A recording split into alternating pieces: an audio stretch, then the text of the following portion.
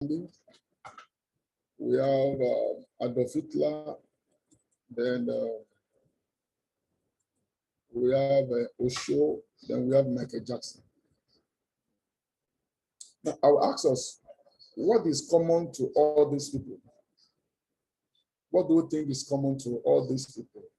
Number one, they are known all over the world. In their different field of endeavors, they are known. Then they have followers. They have caused changes in society and beyond their place of abode. Yes. They've caused changes beyond their stays on earth. And what is common to all of them, according to Esther Ojo and Pius Benjamin, is that they are people of influence. They are highly influential and very respected in their various fields. Now, we'll look at them one by one.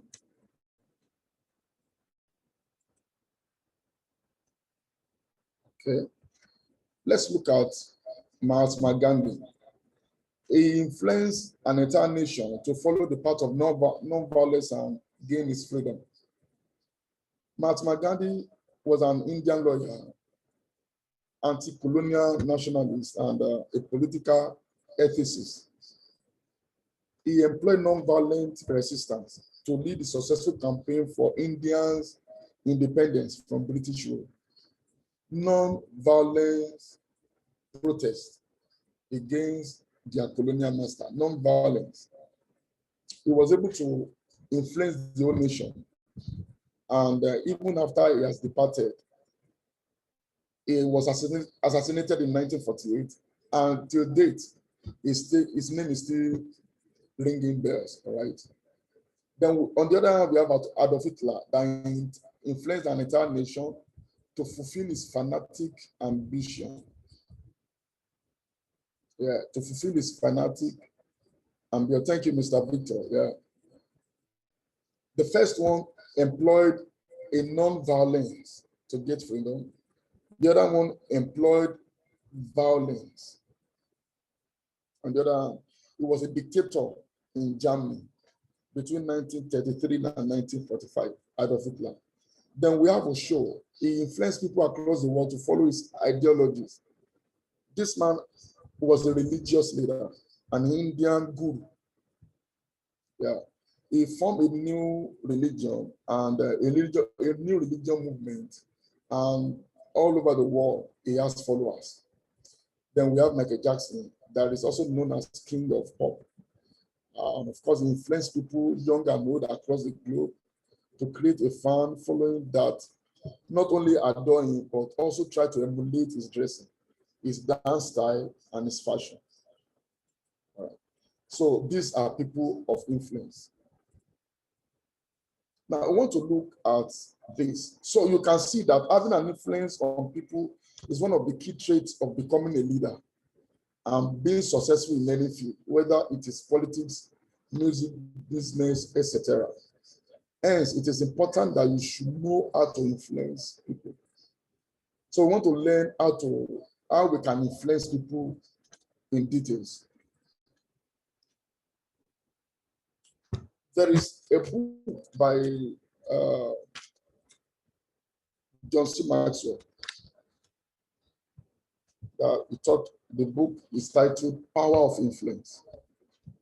Power of Influence. Please, I want us to possibly get it and read. And if you have read before, you can read again and again and again. All right. So John Maxwell believed influence is leadership, or better still, leadership is influence. Nothing more, nothing less. That's the John Maxwell. He said leadership is influence. So we're talking about we're talking about influence. We are talking about leaders. Influential people are leaders. Though not all leaders can become influential, but influential people are leaders. Okay?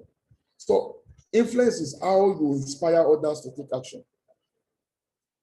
How you inspire others to take action without without being without much ado. How you push people to do what you have in mind. Yeah. Influence measures what others also do for you. Number one, influence is how you inspire people to take action. Then it's also measured by what others do for you. In other words, you can stay in a particular country and influence the policies and government of other countries. That's influence.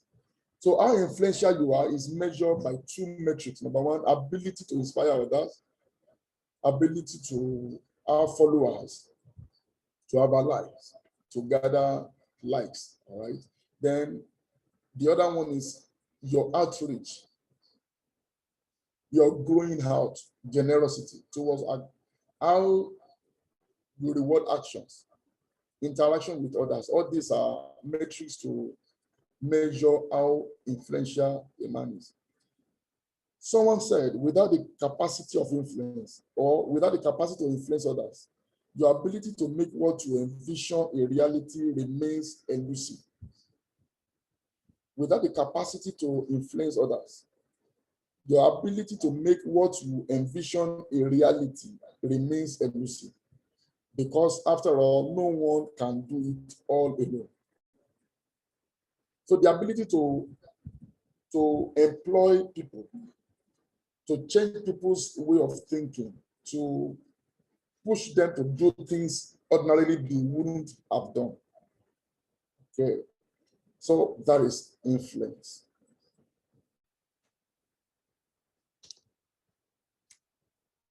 So I want to look at the reasons why people should be influenced. The reason why people should be influenced. Number one, influencing people can be beneficial to you in several ways. Can be beneficial to you in several ways, such as it helps to deal with people so that they feel important and appreciated. It helps in dealing with people so that they feel important and appreciated. We are going to be looking at this in details in the course of this lecture. It helps to handle people without making them feel manipulated. There are ways you handle influence makes you to handle people without them feeling you are actually manipulating them or brainwashing them. Yes, it helps you to make someone want to do what you want them to do. And I don't know if someone will have thought on how will some people will agree to be what suicide bomber. Yeah. Some people will agree to murder themselves, to commit suicide. And because of killing themselves, they also want to take others along. Naturally, I mean, any human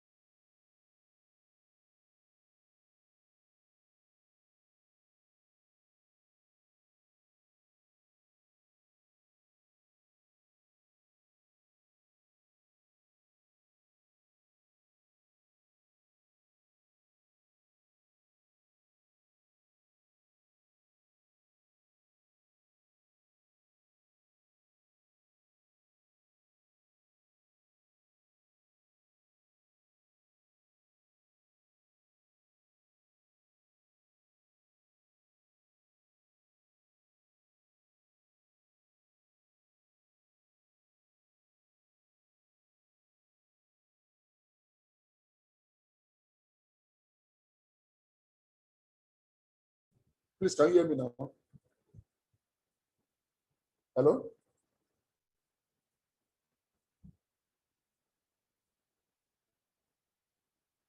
Please, can you hear me? If Yes, you we can hear you, sir. We can hear you. All right. Thank you so much. Okay. Just your slides. Please, can you also see my slides? No, we can't see your slide. Okay, let me reshare.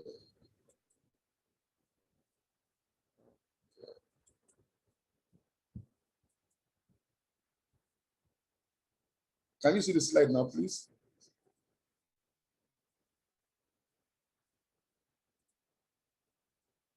Oh, what's this?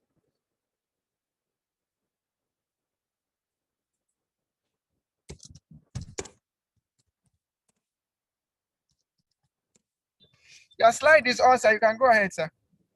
Thank you so much. You're welcome, sir. Okay, so we want to look at influence and success. One of the key traits of a successful person, either professional or personal, is how he or she can influence people. So influencing people helps you to lead the people to your way of thinking and help them to prevent unnecessary conflict and resentment. There is very strong linear relationship between success and influence. So let's look at this. Please, can you hear me? Okay, it has been said or carried out that a study carried out shows that when you're able to influence people and learn to deal with other people, you will have 80% success in your business and 99% personal happiness. Okay, in considering building influence, we want to look at ego. Ego, yeah. What is an ego? It is crucial when we want to learn building influence and handle people. So understanding ego will help us to will give us the ability and will help us in influencing or building influence. Every human being is a special individual personality, and the most powerful drive in any person is to defend his human dignity and demand respect. Ego is more powerful than armies and prison camps. Every effort that has been made to deprive the individual of this world has failed. Ego is a conscious thinking of oneself. It's a person's sense of self-esteem or self-importance. So, in other words, everyone is important. And so everyone must be treated that way. Ability to rob people of their importance or self-worth will never work. Okay, so that is where ego comes in. Then I want to look at the next facts about human ego. What are the facts we need to know about human ego? Number one, we are all egoists. We are all egoists. Of course, all of us may not be egoistic, but we are all egoists. We are more interested in ourselves in anything else. Every man is more interested in himself than anything else. So therefore, it's important that people should be treated with dignity, irrespective of their position or their social status. Every person we meet wants to feel important and to amount to something. Everyone is ambitious of becoming something. And everybody will always appreciate us appreciating them. So that is why when you give love to people, they give love back to you. If you don't care about people, if you get to a stage, people will also not care about you. So what actually we give to people is what we give back. Okay, so there's a craving in everyone for the approval of others, so that he or she can approve of themselves. Everybody wants to be approved by others. People does not like being turned down. So one of the most important aspects of influencing people is to first of all make them feel important. You make them feel important. You don't look down on them. So you should remember that everyone has a point of view and an ego in them. Every suggestion shouldn't be shut down. Every suggestion should be given, should be entertained. And of course, even though you are not going to follow such suggestion, but don't just shut it off. The quickest way to improve our dealings with people is to begin by giving importance to the other persons, other people's feelings, and other people's opinion. Okay. What are the ways to make people feel important? There are various ways. Number one, think other people are important. We must think other people are very important. No one is less important. The security man at the gate is not less important to the managing director. So then number two, you notice people. Even talking about making people important, there are some people in their homes, they believe their wives are not, some men believe women, their wives, okay? Women are not as important as them. In other words, man is the head of the home, so woman is not as important as man. No, other people are very important. So the children are also very important. Number two, ways to feel important is to notice people. It's also always good to notice people, to acknowledge people. Don't look down on people. Don't anywhere you get to, it's always good to notice people. Number three, we shouldn't compete with people. Then know when to correct others. There are times not to correct. There are times to correct. We should be able to know, draw lines between when to correct others and when not. People does not like to be embarrassed publicly. So we should also know that. Think other people are important, all right?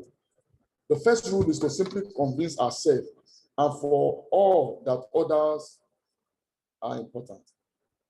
The first rule of influencing people is to convince ourselves once and for all that others are important. Okay, the second is to notice people. We should notice each and every person. When we notice someone, they feel their importance is being recognized and their morale is boosted. So when we notice people, people feel they are important, and of course their morale is boosted. Okay, everyone wants to feel important and want to feel others to recognize their importance. If we want to make a good impression on others, most effectively way is to let them know we are impressed by them. Even though the person has not said anything meaningful, just try as much as possible to let him or her know that he has impressed, he has said something good. Right. Then we should know when to correct others. Don't try to win all the little battles if nothing is involved except the other person said it. There are some battles we will lose in order to win war. So don't try to win all the battles. All right. So then we go to principles of influence. The following are the key principles of influencing people. Number one, we have commitment and consistency. Commitment and consistency rule states that once we make a decision, we experience pleasure from others and ourselves to behave consistently with that decision. So what this rule is saying, principle is saying is this. When you make a commitment of yourself, it is also expected of you to be consistent on that so that your influence on people can be continuous, all right? Then the second one talk about reciprocation. It's important in order to influence others because when you give yourself, you receive more than you give. When you give people respect, they give you honor. Whatever you give people, they give you more than you give. So even when you give people dishonor, they will also give shame or more. So that's all. We should learn the principle of reciprocation. Do unto others what you want them to do to you. Then the third one talk about scarcity. The principle says that when we are more easily persuaded when the resource is limited. This principle is actually saying that people are more serious when they have limited results. In other words, when the sales is lower or the profit is lower, people are more influenced, they are more committed to do more so as not to go down. Then we have the principle of authority. It plays a major role in influencing people. However, you should remember that you don't have to hold a position in order to be a leader. The principle of authority says that when we are not easily persuaded by those with authority, then there are symbols of authority you can use to increase your authority. In other words, the principle says the people in authority they find it easy to persuade people. However, when you are not persuaded by authority, then you can use to increase your authority and influential power. All right. Then the third one talked about lightning, an important principle of influencing people of that leadership, or if that leadership comes through respect, and a large part of respect comes from liking someone. Then I have social proof. You should remember that men are like sheep, of which a flock is more easily driven than a single one. Okay. Then I'm going to take time here. I've been rushing because I actually want to stay here, want to dwell for a while here. Now, we have strategies of influencing people, and there are 25 in all. There are 5 slides that contain them. There are 25 in all. So we'll be looking at them one after each other. And in the chat room, I want us to also respond by rephrasing these words. I mean, just like the first one says, say less than necessary. You know, when you are trying to impress people with words, the more you say, the more common you appear. So the less you'll be in control. Let me come again. And I also want that to sink. I want us to look at this. When you are trying to impress people, don't say so much words. The more common you appear, the more words you say, the more common you appear. So no man has ever been represented by volume of words he has spoken, but by the value of word. It's not about the volume. It's not about how much you have said. It's about how valuable what you have said is. So we must learn to speak less, but speak values. All right, that's that. So I hope somebody got that. Please, I'll need responses. I wouldn't mind to spend the whole time I have with this. They are very, very important. Like I said earlier, none of these slides can be flipped over without touching. So you need to get your material. So if you can get me, please, I want you to respond in the chat room. Okay, you can see anything, you can rephrase. Say less. Thank you, Esther. I like that. Say less. Please, I want 1 or 2 responses again on this. Don't talk much. All right. Say less. The more words you say, the more common you appear. Guide your tongue. All right. Thank you, Mr. Magnus. Guide your tongue. Maybe one more before I continue. Guide your tongue. All right. Any other from anybody? All right. Okay. Thank you so much. Always capture. Always capture. All right. Thank you so much. All right, Mr. Dixon. Now, the second one says, second strategy to influence people says, guide your reputation. Guide your reputation. Reputation is the cornerstone of influence, and through reputation, you can intimidate and win.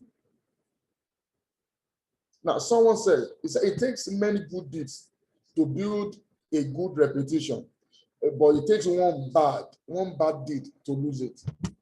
So reputation, as brand is to any product, so reputation is to any man. So reputation is very, very important. So on this, I want someone to just comment, just say something, just maybe 1 or 2 short words on reputation. It's the cornerstone of influence. When people believe in you, they will give themselves to you. All right. Anyone? It's all right. Then the third one says, always capture attention. Stand out and be conspicuous at all times. Okay. Thank you. Don't belittle yourself. All right. Thank you, Esther Joe. All right.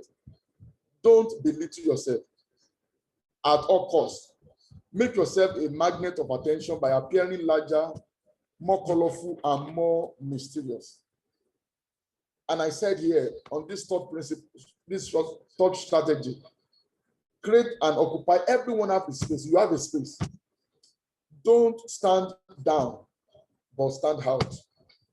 You need to occupy your space. Yes. So always capture attention. Let people focus their attention on you anywhere you get to. So you can do that by appearing big, by appearing not as in wearing big clothes, but you can wear something simple and appear big. It's not about the bigness of the clothes you are putting on, but it's about a kind of aura, your carriage. Yes, your carriage. Yeah. Then appear more colorful and more mysterious. Then the fourth one says, make people come to you. When you make other persons to come to you, you are in control. When you make other people come to you, are in control. Not all time you must talk in any meeting. Not all time. There are times they will ask for your suggestion. What do you think? At that time, because you have observed everyone, you have been listening to everyone, at that time you can drop your point. Make people come to you. Okay? Then win through actions and not argument. It is much more influential to get others to agree with you through your actions. Without saying a word, demonstrate, do not explicate. So your actions matter very, very much. It's not about argument. Words can be won through actions. Action speaks louder than your voice. Okay. Then the third one. Sorry, we go to the next slide. The sixth strategy says keep people dependent on you. To maintain your influence, you must always be needed and be wanted. To maintain your influence, your relevancy, you must always be needed and wanted. The more you are relied on, the more influencer you are, or the more influence you have, or the more influential you are. To maintain your influence, you must always be needed and wanted. Talking about being needed and wanted, you must also prepare ahead so that when opportunity meets with opportunity comes, you will be needed and be wanted. Wherever you are given time to do something, make sure you create an impact that will always make them to come back for you. Like in IIPM, God is actually helping us. I've not actually seen or heard that IIPM has. I don't know if there's any place IIPM has trained people and is not needed again. I can't really say if there's anywhere. I can't really say there's anywhere or any place IIPM has trained people and is not needed again. So you must make sure you are needed and you are wanted. Whatever time is given to you, make sure you use it very, very well. Okay. Then appeal to people's self-interest. Influence people by showing them what lies in it for their benefit and emphasize it out of proportion. So you need to appeal to people's interest. People must be attracted to you. People should be magnetized to you. People should see interest. They should see something in you that will make them come back for more. Excuse me. All right. Then use scarcity. The more you are seen and heard from, the more common you appear. Okay. You must learn when to live. You must learn when to live. You must create value through scarcity. Don't always appear common every time. Don't always show forth every time. There's a rule of scarcity that you must apply.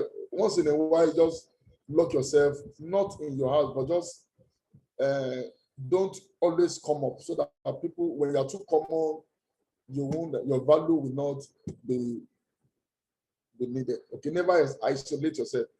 Isolating yourself cuts you off from values, information, and valuable information, and make you conspicuous and an easy target. Circulate among people, find allies, and mingle. We must learn to mingle. All right. Never offend anyone. Everyone will not react to your strategies in the same way. Never offend or deceive anyone. Of course, we should have it at the back of our mind that not all your strategies, not all your suggestions will be accepted. In fact, some people will never accept your personality no matter what. But try as much as possible to not to offend anyone and not to deceive anyone. All right. Use the surrender tactic. When you are weaker, never fight for honor's sake.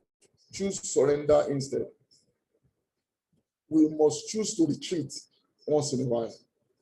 When you discover you are weaker, then you don't need to fight for honor. Just choose and surrender. Surrendering now does not mean you have lost the battle or you have lost in any way. Conserve your forces and energies by keeping them concentrated on their strongest point. So concentrate your focus or your forces. Your forces must be concentrated towards the strongest point.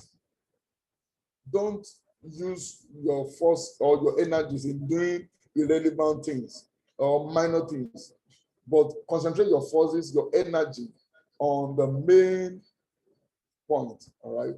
Then recreate yourself. You can recreate yourself by forging a new identity, one that commands attention and never bores the audience. Be the master of your own image.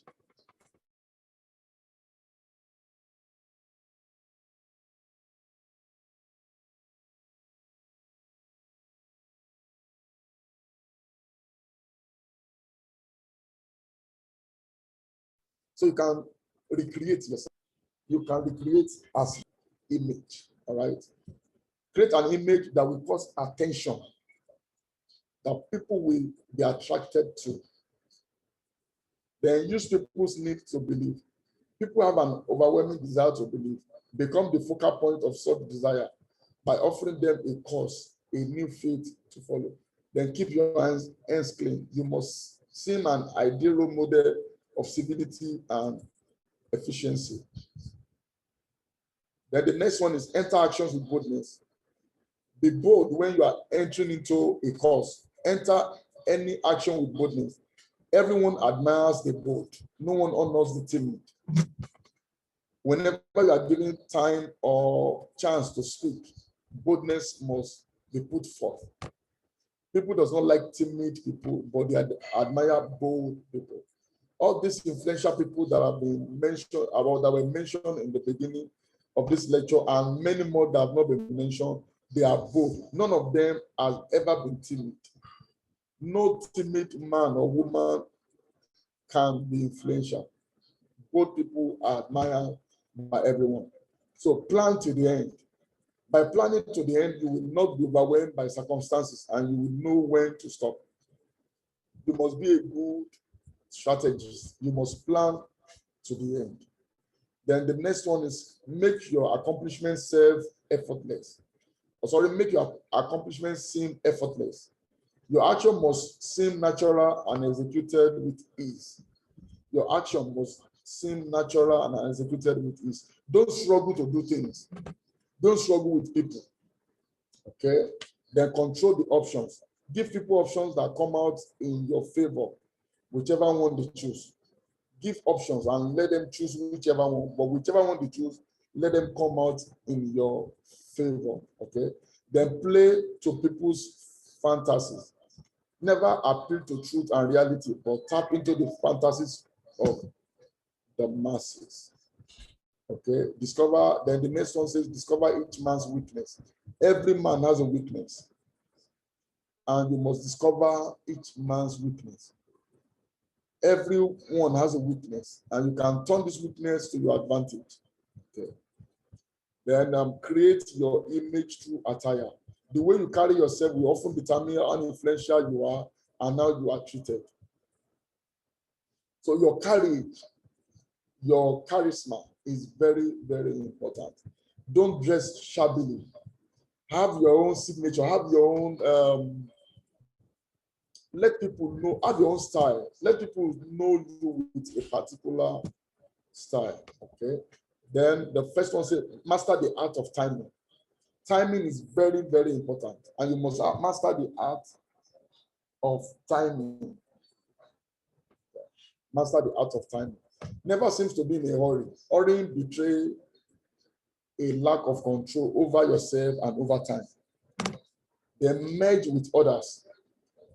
Influence people by blending in with them and nurturing the common touch of the group. Blend with them, go away with them. Go another miles with them, but make sure you influence them by blending in your ideas into theirs. Then the next one says, stay calm. Anger and emotions are strategically counterproductive. You must always stay calm, cool, collected, and objective. You must always stay calm, cool, collected, and objective. Anger is not good, is an emotion that does not bring production. So let's take note of that. Even when you are opposed by anyone, just stay your cool. All right. Then the first one says, strike the leaders and heads will follow. Influence and impress the leader of the group, and the rest of the group will be influenced automatically. When you catch the head, the followers are caught automatically. Then the other one says, work on heart and mind of others. You can actually work on mind and act of others. You must seduce others into wanting to move in your direction. You must seduce others into wanting to move in your direction by operating on their individual psychologies and weakness. Okay, by operating on their individual psychologies and influence, and weakness. They never appear too perfect. Never appear too perfect. It is smart to occasionally display defects and admit to harmless vices in order to deflect envy and appear more human and approachable. Please don't always show to people that you are a Superman. There is no Superman anywhere. Yes, it is smart to occasionally display defects. Let people know that, okay, let people see you to be approachable. There are some questions you may not have answers to. Let people know that, okay, I don't have answers to this, but give me time.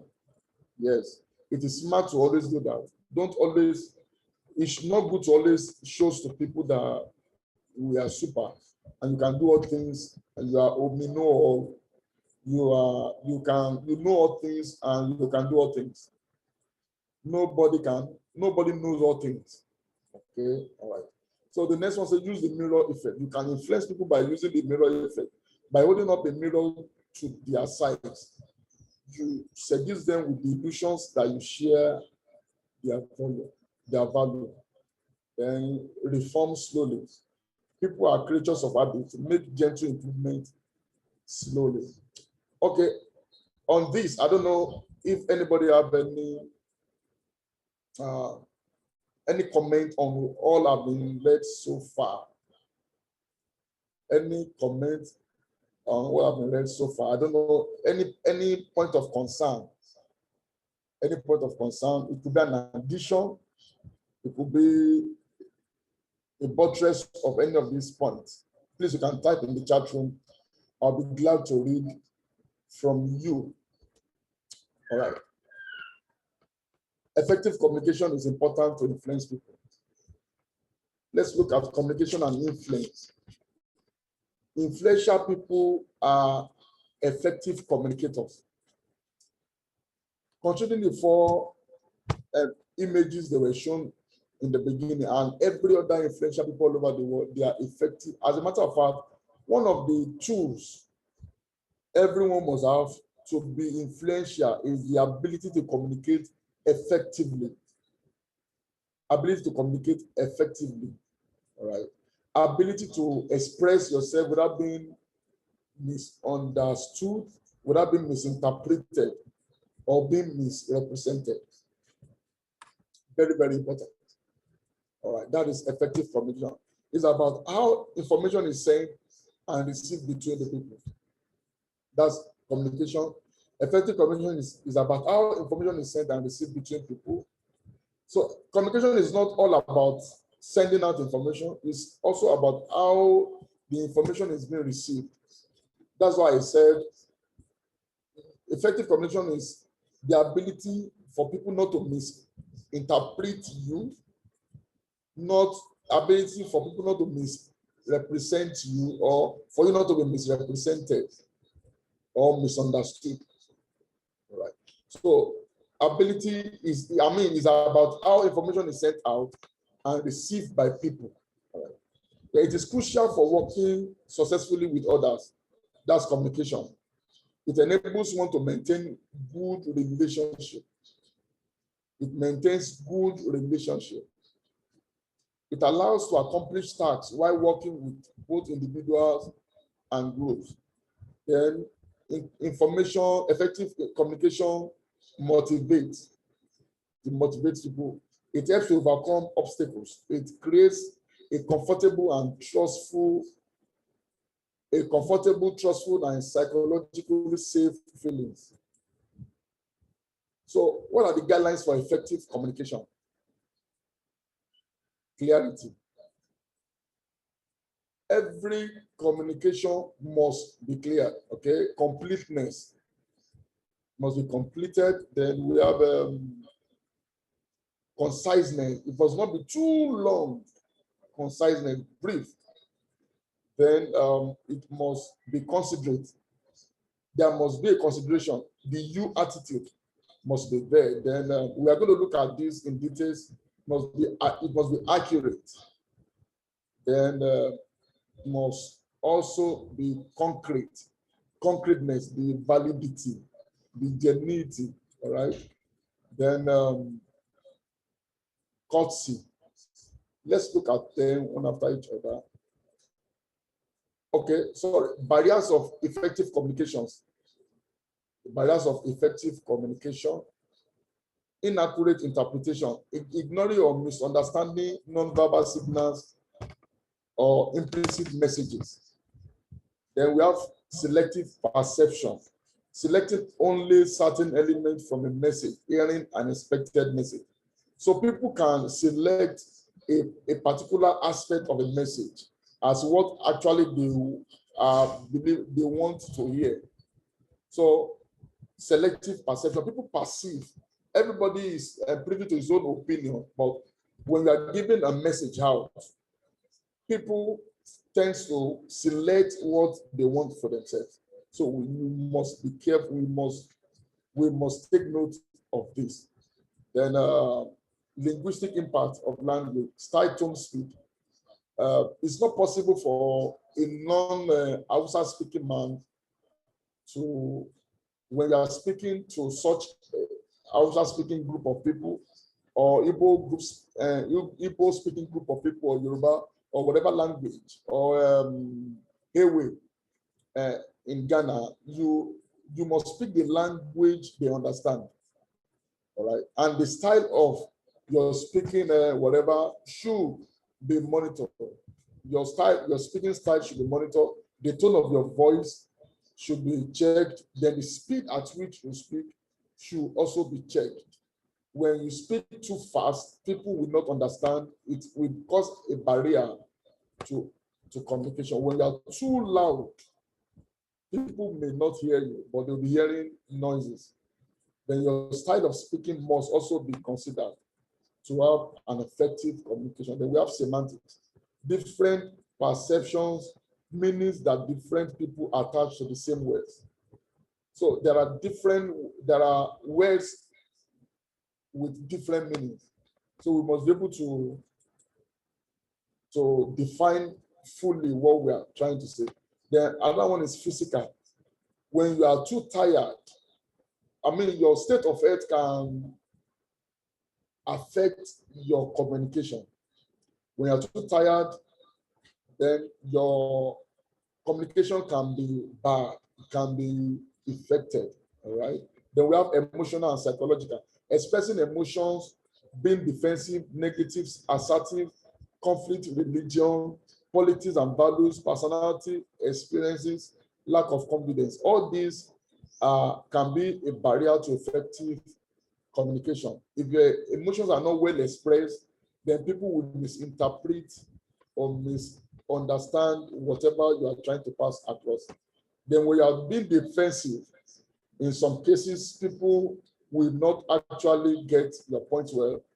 Then when you are not assertive, then when you are too religious, okay, when there's a conflict, religion conflict, or when you say some things that could bring there are questionable statements that are better not said. All these should be avoided. Then we have gender roles, expectation, and tradition associated with each gender also can cause barrier to communication. Then we have culture. Cultural differences, use of jargons, culture-related idiom and expression can also cause barrier to effective communication. All right. Then how do we overcome all these barriers? How do we overcome them? Number one, by speaking louder and reducing background noises. By speaking louder and reducing background noises. When there are noises at the background that may be disturbing the class or disturbing whatever you are saying, it can be a barrier. Also, all these noises, background noises, must be reduced or eliminated as the case may be. Then by speaking louder, not by shouting, but by speaking louder. Then by asking for clarification instead of assuming. Then after each words have been passed across, it is also good to ask people for clarification, or you can also ask for clarification from the speaker, or if you are the speaker, you can ask people questions to know if they are really clear about what has been said. Then another one is by listening actively, by being an active listener. Not everywhere, okay? We have hearers and we have listeners. You must be an active listener, okay? Then by thinking rationally, you must be a rational thinker, not a rational thinker. Then by eliminating perceptions, assumptions, by eliminating perception and assumptions. Don't assume that what that person is saying. Just try as much as possible to be objective in your hearing or your listening skills. Then by using sign language or written communication. Sign language or written communication are also one of the barriers or one of the ways of overcoming barriers. Then by asking valid questions. Okay? Then by being mature. All right. Then that leads us to questioning technique. Okay? The best influencing style is probing, consulting, and questioning, as it helps to gain consensus. It is crucial to ask the right questions to influence people. Asking the right questions help to, number one, gather better information quickly. Asking the right questions helps to gather better information quickly. So we must know that questioning technique is people's attention or passing communication, information to people, and gathering information. Yes, gathering information. Number two, questioning techniques helps to learn more about a situation. It helps to learn more about a situation, to build stronger relationships. It helps to manage people more effectively, and it helps to avoid misunderstanding. So there are various questioning techniques that can be used in different situations. You have probably used all of these questioning techniques before, but by consciously using the appropriate kind of questioning, you can gain the information, response, or outcome that you want even more effectively and influence people. So let's look at those of these techniques. We have open questions. We have open questions. Open questions evoke longer answers. Open questions usually begin with what, why, how. Such a question asks the respondent for his or her knowledge, opinion, or feelings about a particular situation. The question always begins with what? What do you think about? And that's an example. What do you think about the situation? Then it gives an open-ended answers to such respondent to respond. What do you think? What? Why? Why do you think this happened? Or why is this happening? How can we do this? How? Right? Any question that starts with what, why, and how. So when to use it? When are we to use it? To develop an open, frank conversation. To develop an open, frank conversation. Number two, to find out more details. To find out more details. Then details about situations, details about people, details about things. To find out more details. Then to learn about other people's opinion, feelings, or issues. It helps to learn about people's opinion, feelings, or issues. Examples. Why did he react that way? Why did he react that way? That's an example. Then we have a closed questions. Closed questions. Closed questions generally evoke a single word or very short factual answer. Just a single word or very short factual answer. Okay, so when are we to use it? In closed questions, you ask yes or no, right? So when to use it? To test your or other person's understanding, okay? To conclude a discussion on making a decision. Then to set a reference frame for the person within which to answer, all right? So we have an example. Are you hungry? Yes.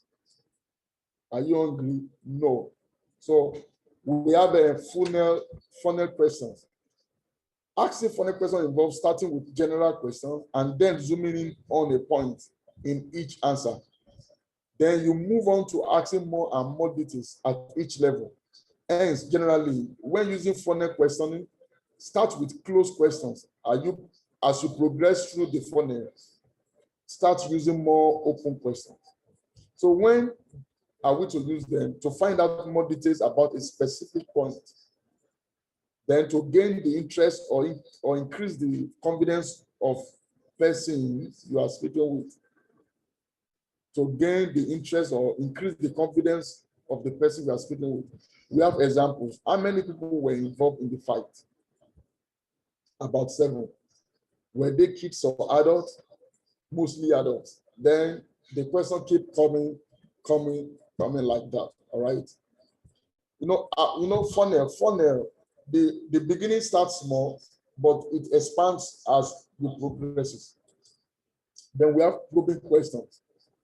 Probing questions are asked to find out more details. In such questions, use questions that include the word exactly to probe further. An effective way of probing is to use the 5 whys method, which can help you quickly get to the root of a problem. Okay, so when to use them? To gain clarification of any matter or situation, to draw information out of people unwilling to give information. Okay, as the name implies, probing question. So what are the examples? We have who exactly and wanted this report. Who exactly wanted this report? Okay, so that's an example. Then we have leading question. We have so many of them. We have just few numbers of them anyway. So then we have leading questions. Leading questions are asked to try to lead and lead the respondent to your way of thinking. It is important to note here that leading questions tend to be close. When are we to use it? To get the answers you want, but letting the other persons believe that they had a choice. They have to close the sale. The example is option 2 is better, isn't it? In other words, you have given an option, but you still ask a question. to get the answer you want, but letting the other person believe that they had a choice. Then we have rhetorical questions. Rhetorical questions are not really questions at all. This is because they don't expect an answer.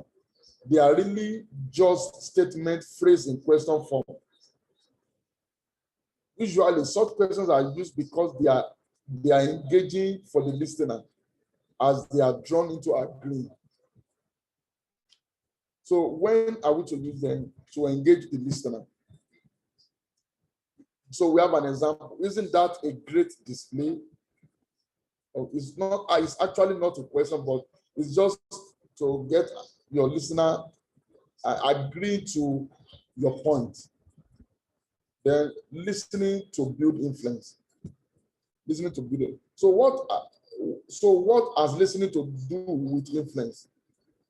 What are listening to do with influence? Listening, especially active listening, is crucial to influence others because active listening helps you to look at the person who is talking.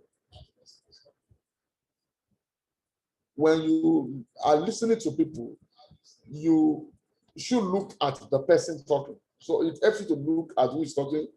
It helps you to appear deeply interested. When listening to people, you appear to be deeply interested. Number two, learn towards the person. Look at the person who is talking, then appear deeply interested in the matter presented before you. Then lean towards the person. In other words, don't sit, but just lean towards the person and give your utmost attention. Then in listening, we don't cut whoever is talking. You allow the person to finish what he or she is saying, then you ask questions. Then avoid interrupting the person. I've said that. Allow the person to finish what he or she is saying, then get more information by questioning. Then stick to the speaker's subject. Now, at this point, I want to say this.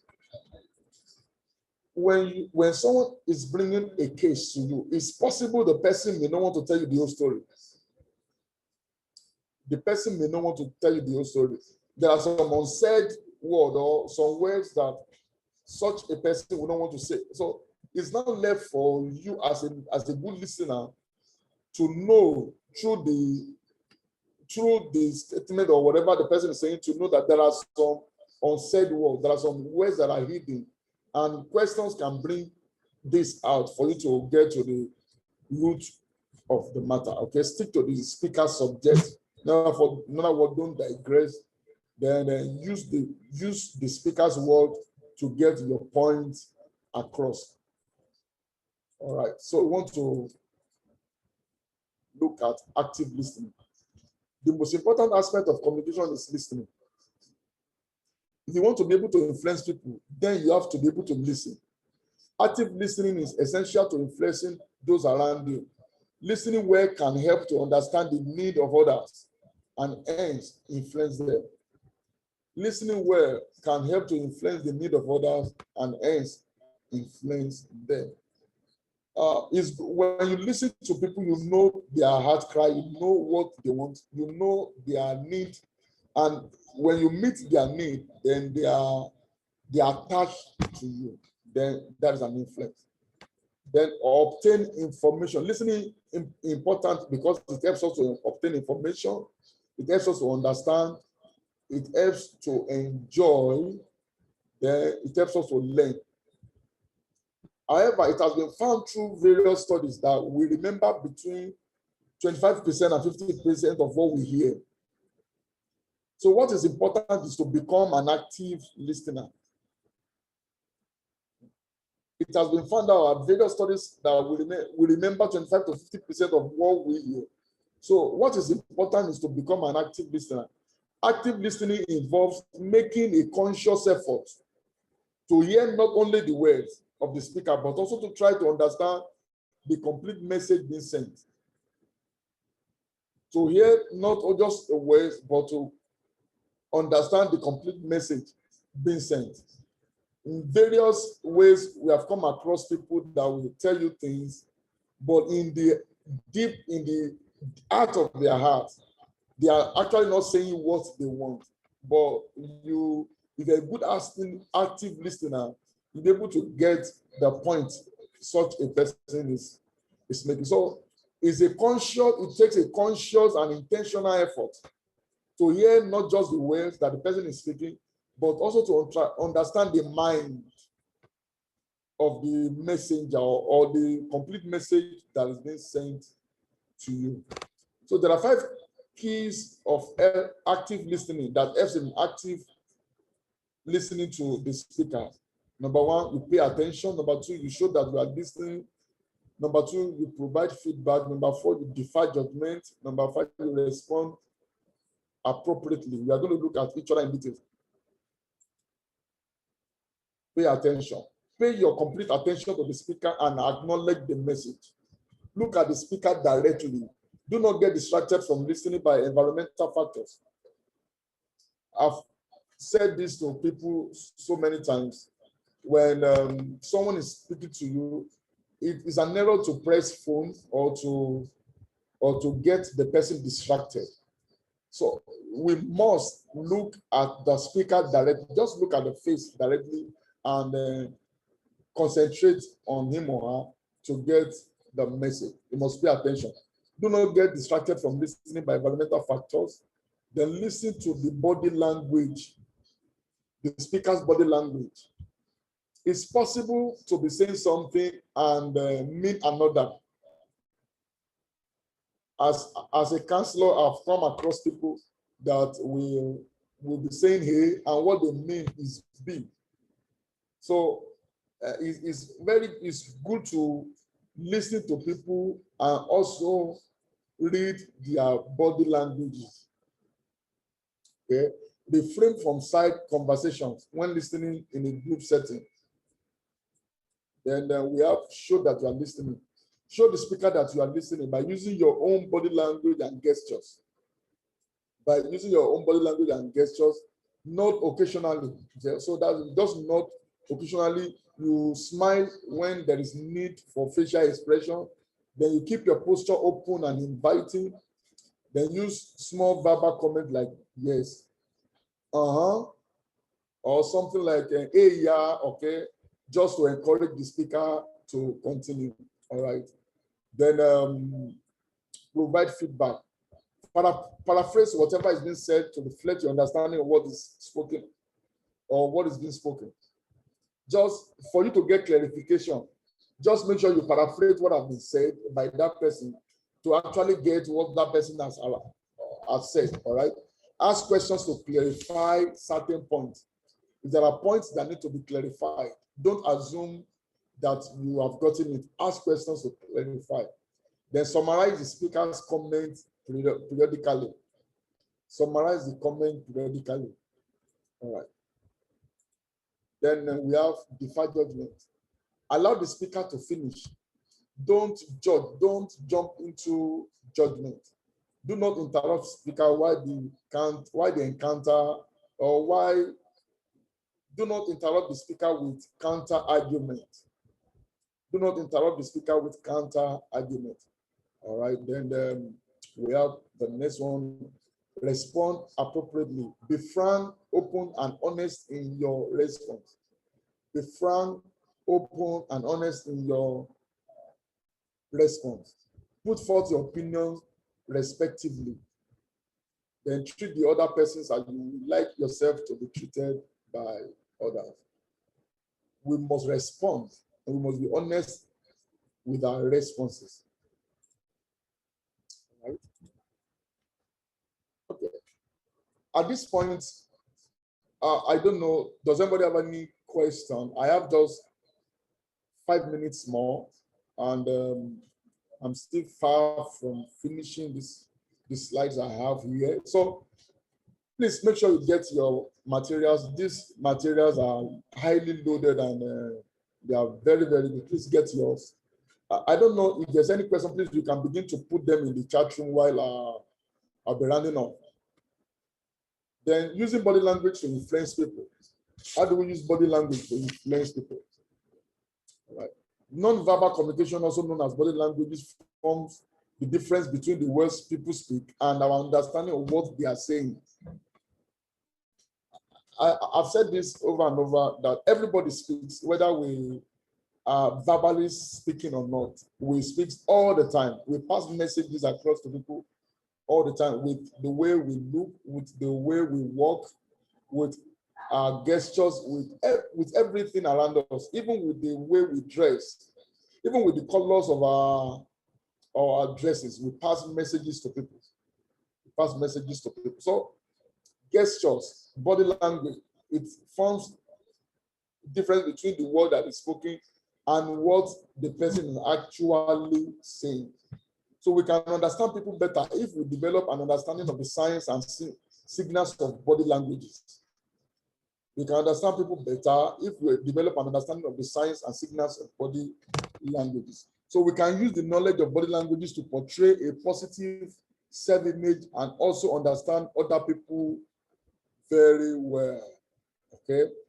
So then body languages include body movement and gestures, legs, arms, head and torso postures, muscle tension, eye contact, skin coloring, flushing red, even with breathing rate and perspiration. All these are body languages that we must understand to be a very active listener and to be an influential person. Additionally, the tone of your voice, the rate of speech, and the pitch of the voice all add to the words that have been said. Okay, let me give you an example. If you are telling someone, I'm sorry, and you are shouting, I'm sorry, of course, the word does not shows what you are actually saying. So what we're saying is the pitch of the voice, the rate at which we speak, the tone of the voice, all these are very useful in understanding people. So we want to look at the common signs of body language. Common signs of the body language. Then we have number one, we have posture. Posture. Then we have speech. We have eye contact. We have tone of voice, gesture with hands. Then we are going to look at them in details. Number one, they stand tall with shoulders back. Postures. When you are posting, you stand tall with shoulders back. Then speech. The speech is slow and clear. When you are speaking, it must be slow and must be clear. Then keep a solid eye contact with a smiling face. Keep a solid eye contact with a smiling face. Then the tone of voice must be moderate to low. It must not be too high, it must be moderate to low. Then the gestures are purposeful and deliberate. Gestures are used to pass information to people. Some of the common signs that the person you are speaking with may be feeling defensive are: number one, facial expressions are minimal. When the facial expressions are minimal, then the person that is speaking to you will feel defensive. Hands gesture are small and close to your body. Their body is physically turned away from you. Eyes maintain little contact or no contact at all. Arms are crossed in front of the body. Then we look at feedback. I will drop the curtain here for now. So I'm still expecting questions. I don't know if anyone have any question for me, please. You can feel free to put them in the chat room. If there's any question for me, please put them in the chat room. I believe you can hear me clearly. I believe you can hear me clearly. Okay. Please, can you hear me clearly?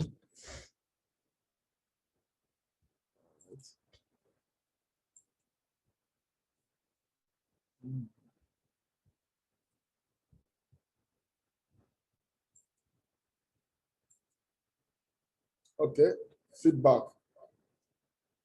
One of the reasons we always say is that everybody should type one in the chat room is because we want to get feedback from us. Like what I just said now, can you hear me clearly? Yes, someone has given me feedback. So giving feedback. Feedback is a type of communication that we give or get. It's a communication we give or get. Okay, somebody's also giving me feedback. Yes, sir. Thank you. That's a feedback. Someone is giving me feedback now. Of course, I can also give feedback. It is a critical assessment or suggestion made for improvement.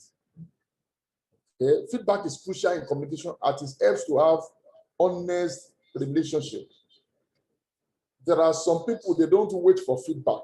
In fact, if feedback is not coming, it's advisable to go for it. If people are not giving feedback, it's good to always ask for feedback. Some persons are so autocratic that we don't get feedback from people. We are so self-dependent that we don't get feedback from people. But whether feedback is coming or not, it's good to always go for it, request for it. Feedback is crucial in communication as it helps to have honest relationship. Giving feedback helps you to let people know how effective they are and helps to build influence among people. Provide an impactful feedback is not offensive. Your approach in providing feedback helps to build influence and create effective work relationship which are free from conflict and hard feelings. There are ways to give feedback. I'm not sure we can. Okay, type of feedback. Let me drop the curtain so that I don't infringe into the next lecturer's time. So thank you so much. I hope we've been able to gain one or two things. Please, if you have questions for me, you can post it now. Or if you want to give a voice, or you want to suggest, or possibly you want to add to what I've been said, or there's a you have a submission to make, no suggestion now. Please, you can raise your hands. We can give you a voice so that I can give you a voice. So please, does anybody have any question, any addition to what I've been said so far? So please, I want us to go through this lecture. Please make sure you get your materials. I've repeated that more than 4 times during this lecture because all the slides, all the whatever, everything, the material is highly loaded and beneficial. So any question, if there's none, I'll be calling it a day for now. Of course, I'll be back in the afternoon. So thank you so much for listening and have a wonderful lecture. So I'll be handing over to the next lecturer. Dr. Benito, please, are you around? Are you on ground? I am stepping in right now. Thank you so much. Princess, thank you. It's nice hearing your voice. It's been very long. How are you, ma'am? Oh, very well. Thank you. Thank you so much. Thank you so much. I'm very sure we all enjoyed the class. I actually did too, listening to Dr. Joseph Oluwaseyi David. Thank you so much, sir. All right. So I would want to once again welcome everyone to another interesting aspect of emotional intelligence. My name is Daisy Princess Nabrife, and I make bold to say that I had a nice time with you last week when we discussed extensively on stress management. Please give me a moment so I can get to share my slides.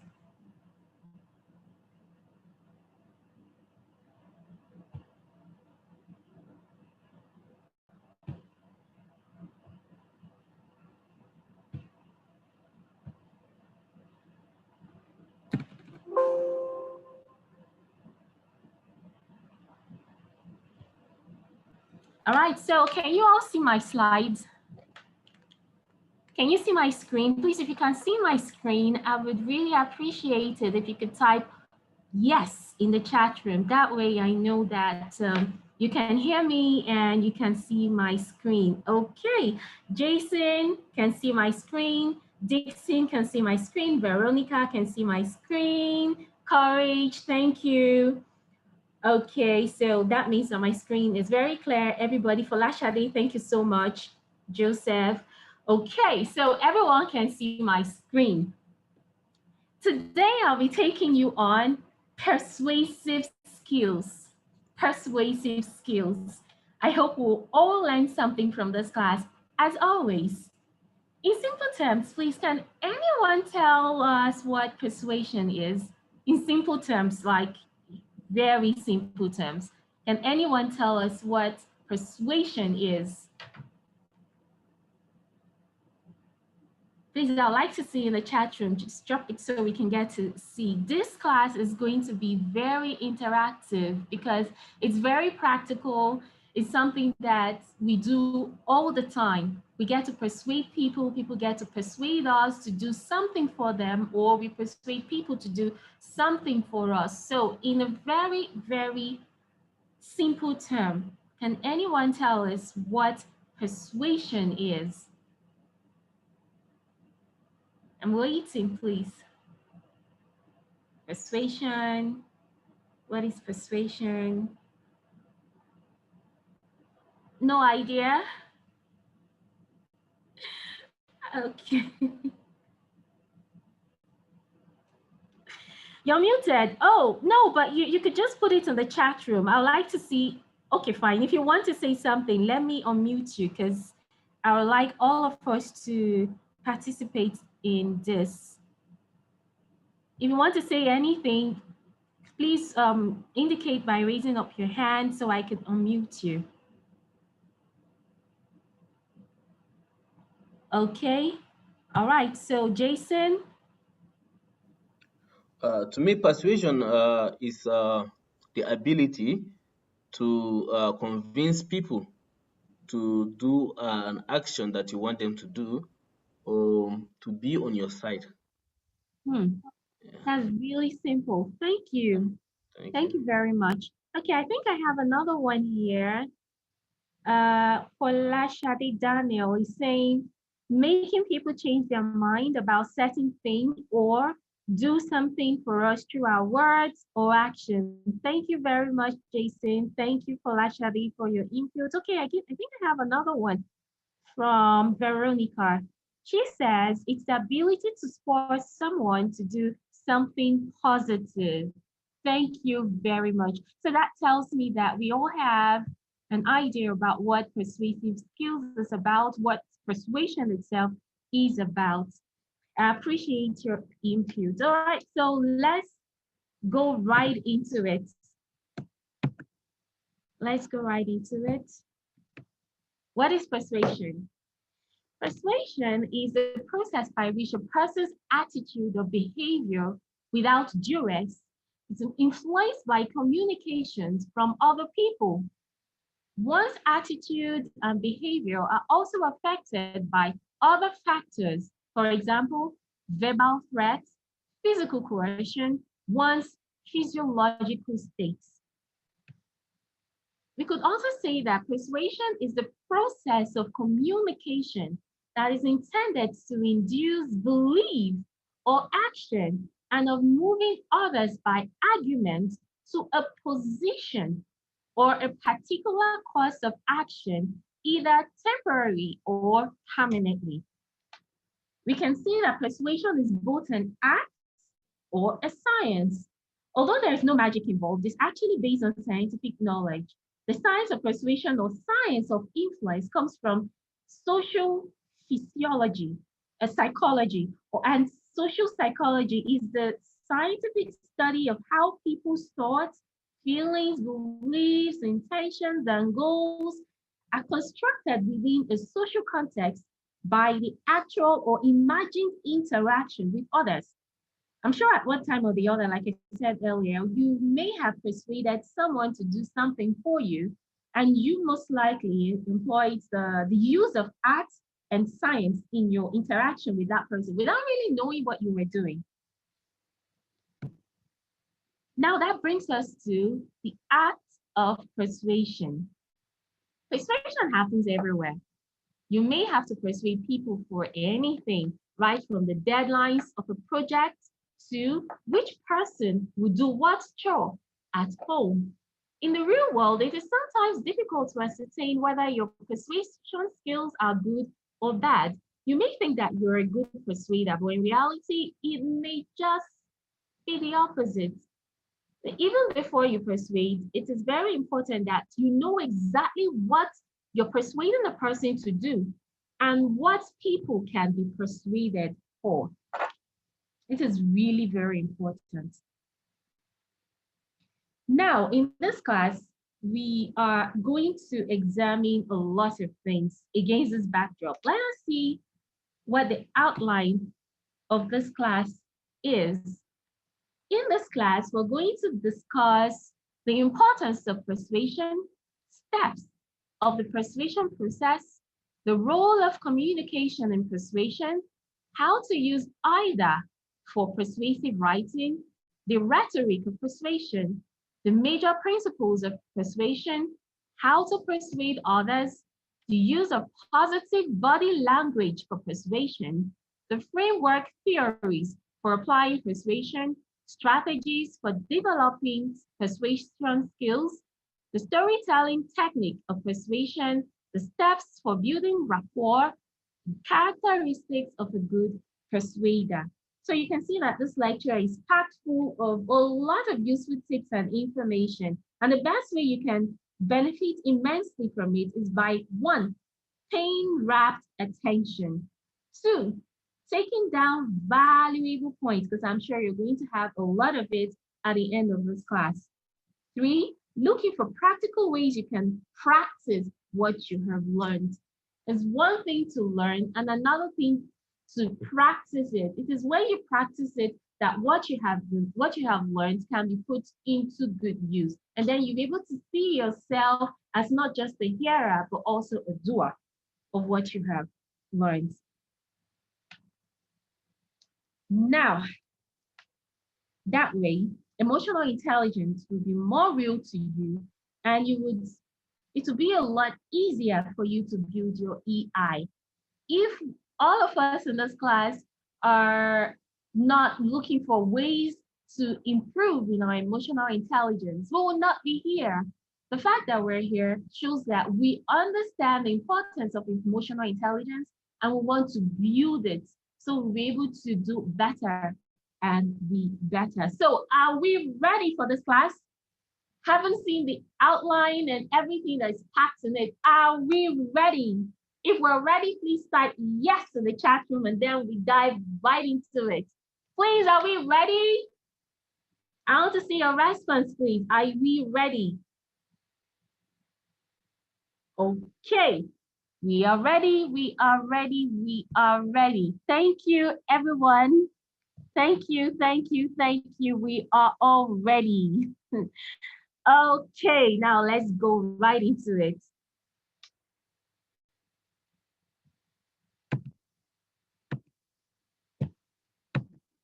Importance of persuasion.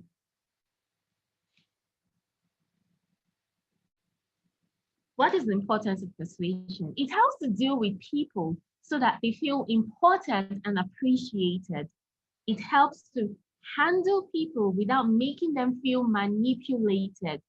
It helps you to make someone want to do what you want them to do. It helps in arousing a want to follow you and your instructions in others.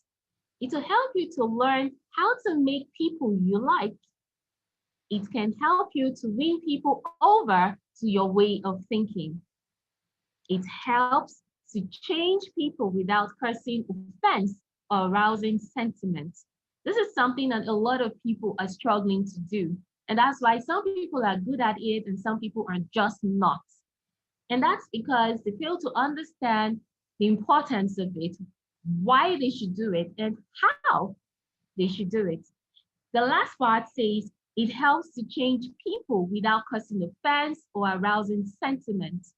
Sometimes when we try to persuade people, we might end up offending them.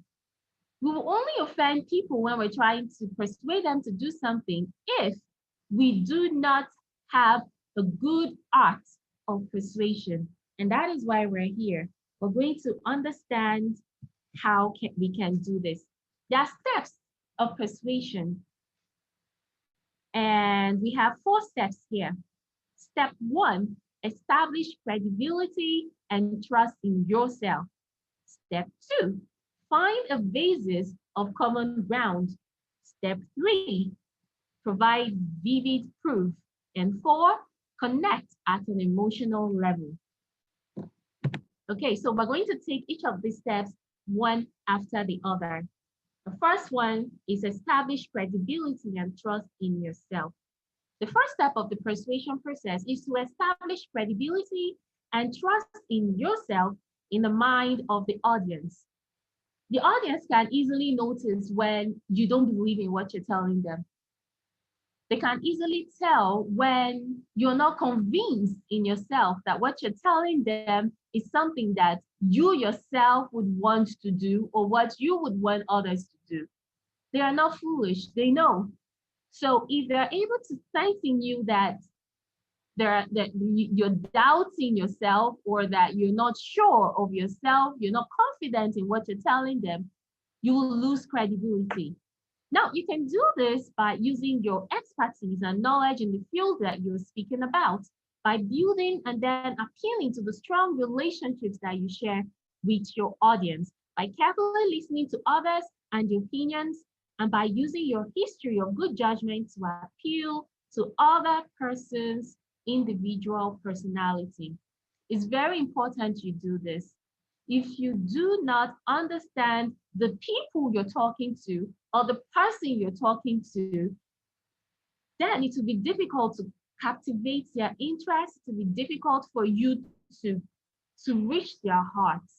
So establishing credibility and trust in yourself is one step towards persuading anyone or even an audience to do something for you. Step 2, find a basis of common ground. You will find a basis of common ground between you and the other person whom you want to persuade. You should find a basis that can be agreed to by all parties for reaching a mutual understanding. First, clear and clarify the benefits that your opinions have to offer, and then look for mutually beneficial solutions for you as well as the other party.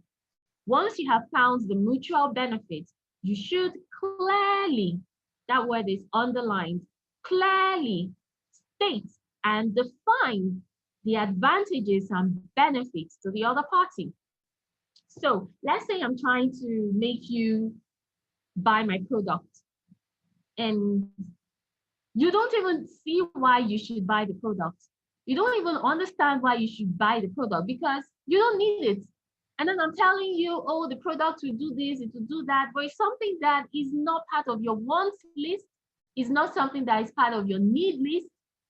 At the end of the day, no matter how hard you try to persuade that person to buy that thing, if that person doesn't want it and the person doesn't need it, and he doesn't even see how it benefits him in any way, he would never, ever, ever buy that product, no matter the level of persuasion you use. And that's why it's important that you're able to establish that this is a mutual benefit, like it benefits you, it benefits the person. When you're able to state clearly the advantage and benefit that the other person is going to derive from listening to you or accepting what you're offering.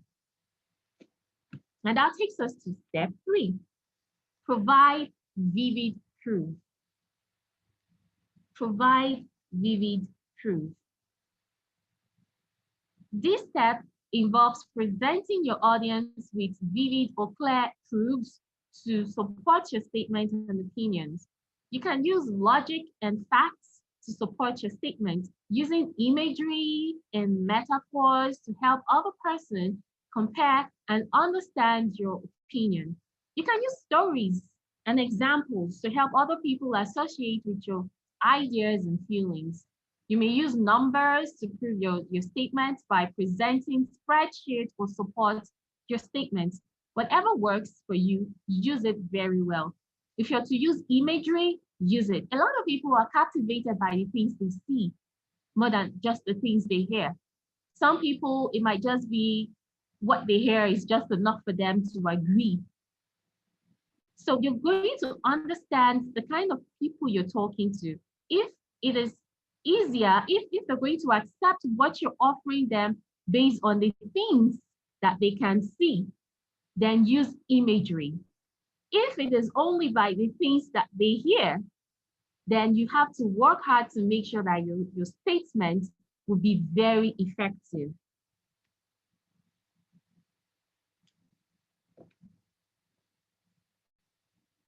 Okay. All right, the next one is connect at an emotional level. Connect at an emotional level. This step involves connecting with the other person at an emotional level. You should understand aspects to the person's personality. Now, this is important. We said it earlier. You need to understand the person's personality.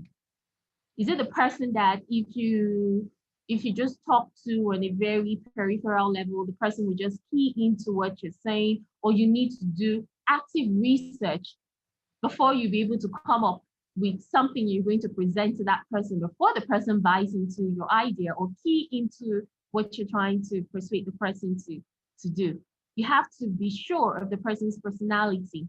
If it's a person who wouldn't want to look like he doesn't know anything, then please try not to downplay on the person's emotions.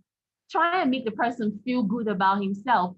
The moment someone is feeling good about himself and you're telling the person awesome things that the person needs to hear, and the person is agreeing to you, when you push in that thing you want that person to do for you, the likelihood that the person is going to accept is very high. And that's because you've been able to study the person's personality and you're sure that using this approach is going to work. So you should show empathy and respect for the person's feelings and opinions. If you don't respect the person's feelings, you don't respect the person's opinion, then you may not be able to have a headway. Respect is very important. You should show your commitment, honesty, and dedication as well. They need to see in you that you are committed to what you are offering, you're honest, and you're dedicated. In order to connect at an emotional level, you should have a high degree of self-awareness so that you can understand your own emotions as well as the other person's emotions. I'll give you an example. A friend told me about her sister who was selling a product that is supposed to help someone slim down. Okay, so she saw this lady who was really big, and then she just went up to her and was like, "Madam, do you know you're fat? Like you're really very fat. And with the way you're working, I feel you would have some health issues connected with your weight. My suggestion is that you do something for yourself about this before it gets so bad that you won't be able to breathe. Do you know that fat can choke you? Madam, I'm talking to you. Do you know that fat can choke you? You could have heart disease, you could have diabetes, you could have a stroke, you could even have heart attack. And you're so big, you really need to do something about it. Anyway, I have a product here that could help you." And she brought out the product and she gave it to this woman. What do you think this woman would do? Of course, she just insulted her. She insulted her feelings. She disrespected her. Even if she actually had a solution to her problem, the way she went about it was a total knockout. She didn't get it right. So she failed. She failed. Instead of getting a positive response, she got a very negative one because she tampered on the emotions of the person and she was supposed to persuade to buy her product in a negative way, and the result was terrible. I'm not going to tell you what happened afterward, but just know that it was awful. So we have to connect at an emotional level with the person we're trying to persuade to do something. Rejection. Rejection is something that happens each time we do the right thing the wrong way. Just like the example I just gave you of a friend's sister who was trying to do the right thing by helping someone lose weight. She was actually doing it the wrong way. Imagine if she had done it the right way. appealing to the person's emotion, trying to establish mutual benefits that she could get if she uses product, and tell her the values that comes from using it and all of that. She would have connected at the emotional level with the emotional level of this person, and then softly, gently, respectfully appeal to that person in such a way that the person starts seeing that she could benefit from this product. And before long, she keys into it. So rejection is what happens when we do the right thing the wrong way. Role of communication in persuasion. Role of communication in persuasion. Okay. Effective communication is important to persuade people because it is about how information is sent and received between people. Did you notice that the word how is underlined and bold? And that's because the information that is sent and received could either be received in a positive light or a negative light if the how is not properly addressed.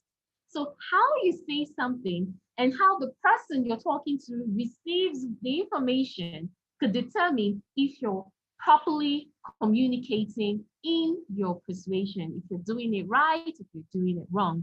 It is crucial for working successfully with others. Some people do not work well with their colleagues at work. They don't go well. They don't see eye to eye. Why? Because there's a breakdown in communication. Probably you're saying the right thing, but you're saying it the wrong way. And then the other person is listening and is feeling bad about how you're talking to him. And at the end of the day, things won't go well. You have friction at the workplace. So even if you have a good business idea or you have an idea that could work for a project, because you already have established a long history of saying the right thing the wrong way, before you even open your mouth, people have already concluded that what you're about to say is wrong. So it is crucial for working successfully with others when you are able to understand the role of communication in persuasion. It enables to maintain good relationships, whether at home, at work, or with others. The reason why lots of couples have problems at home is because of the way they communicate. Most couples have problems in the house because they find it difficult to communicate effectively. And so you see that it strains their relationship. But the moment they're able to come together and use the right words at the right time, understanding the how of the information sent and received would help them to build proper communication. And you see that they'll be happy because that way they both understand each other and they're not saying the wrong things at the right time. There's no chaos in the house. And these could also work at the workplace. It allows to accomplish tasks while working with both individuals and groups. It motivates, it helps to overcome obstacles. It creates a comfortable, trustful, and psychologically safe feeling.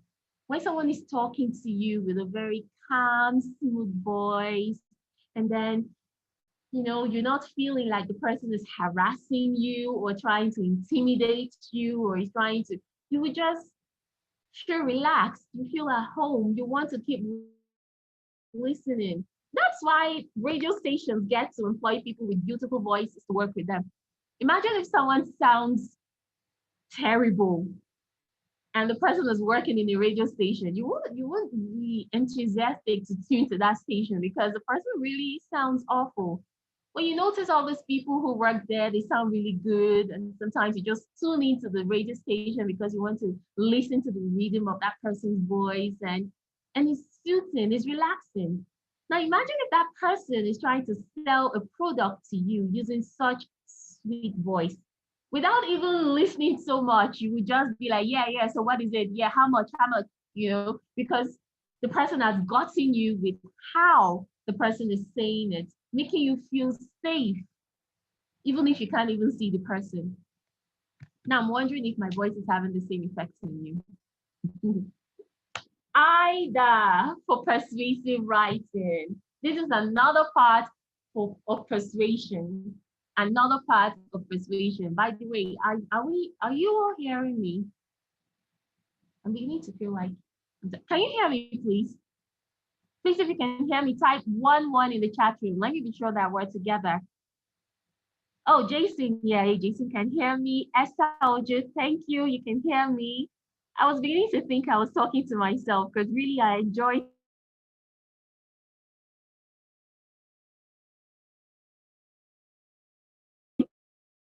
talking. Joseph can hear me. Thank you. Right, Veronica. Oh, thank you so much. Yeah, right. So let's go right in. Either for persuasion.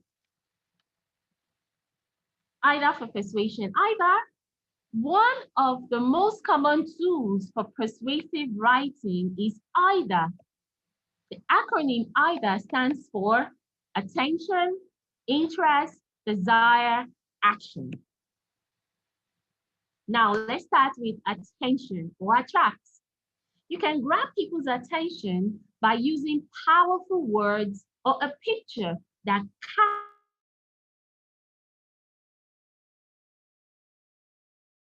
catches the reader's eye and read what you have to say next. Attention, attract. Okay, now let me give you a practical example of this with a simple advert. Can you see this? Looks nice, right?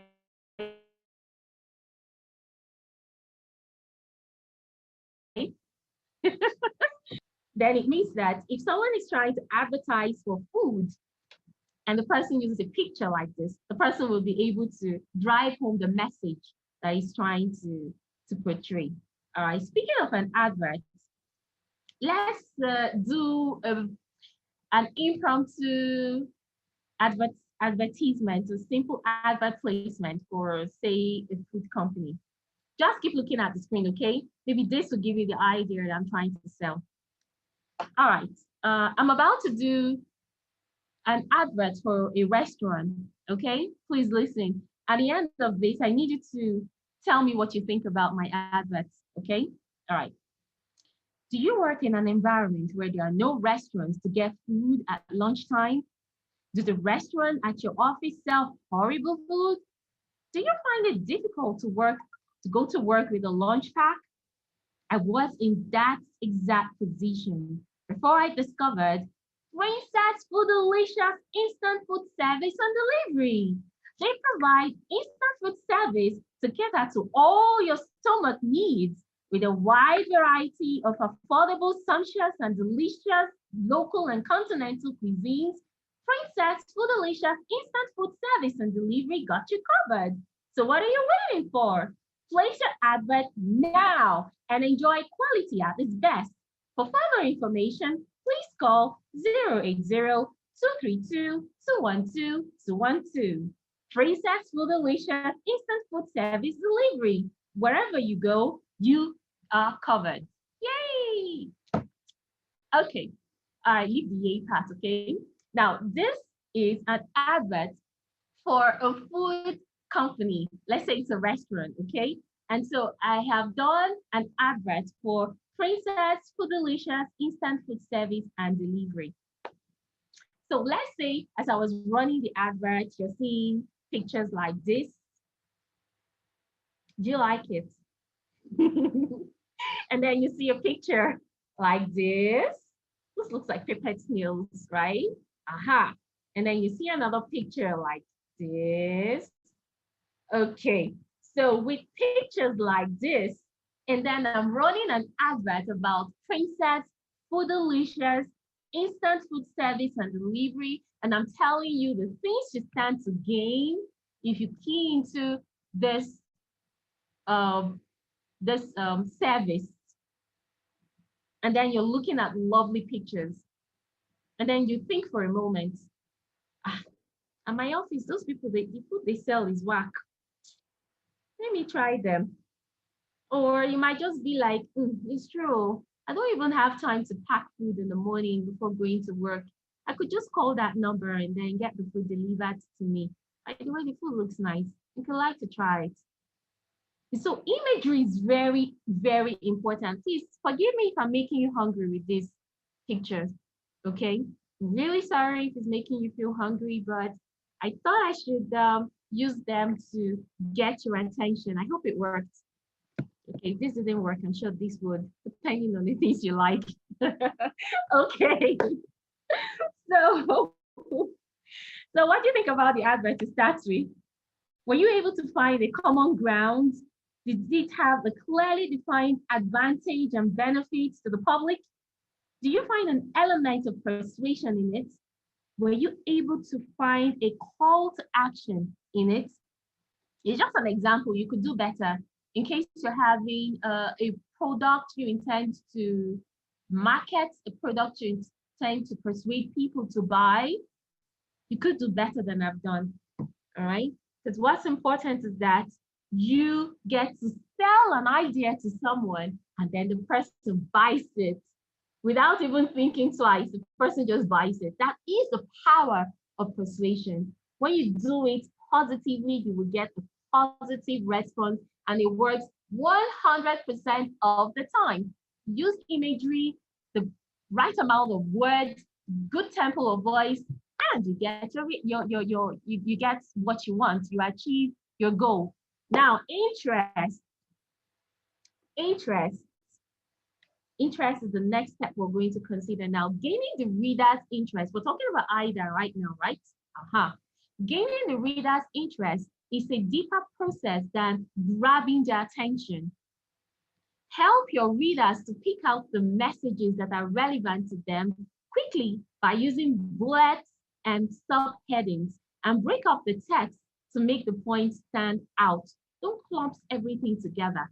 If you're writing something and you need people to grasp the message, first, make sure that you're doing it the right way. Secondly, you're using things that would catch their interest. And so you make sure that the catchy words, use bullets or subheadings to make that point stand out. That is the second part of the IDA, what IDA tells you.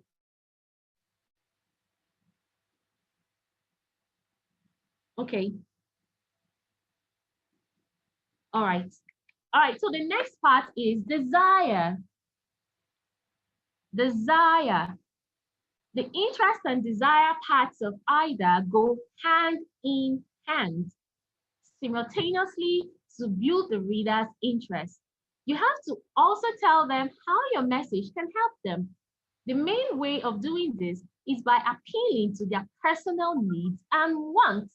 Okay, so we have established that with My Princess, Foodalicious, instant food service, and delivery.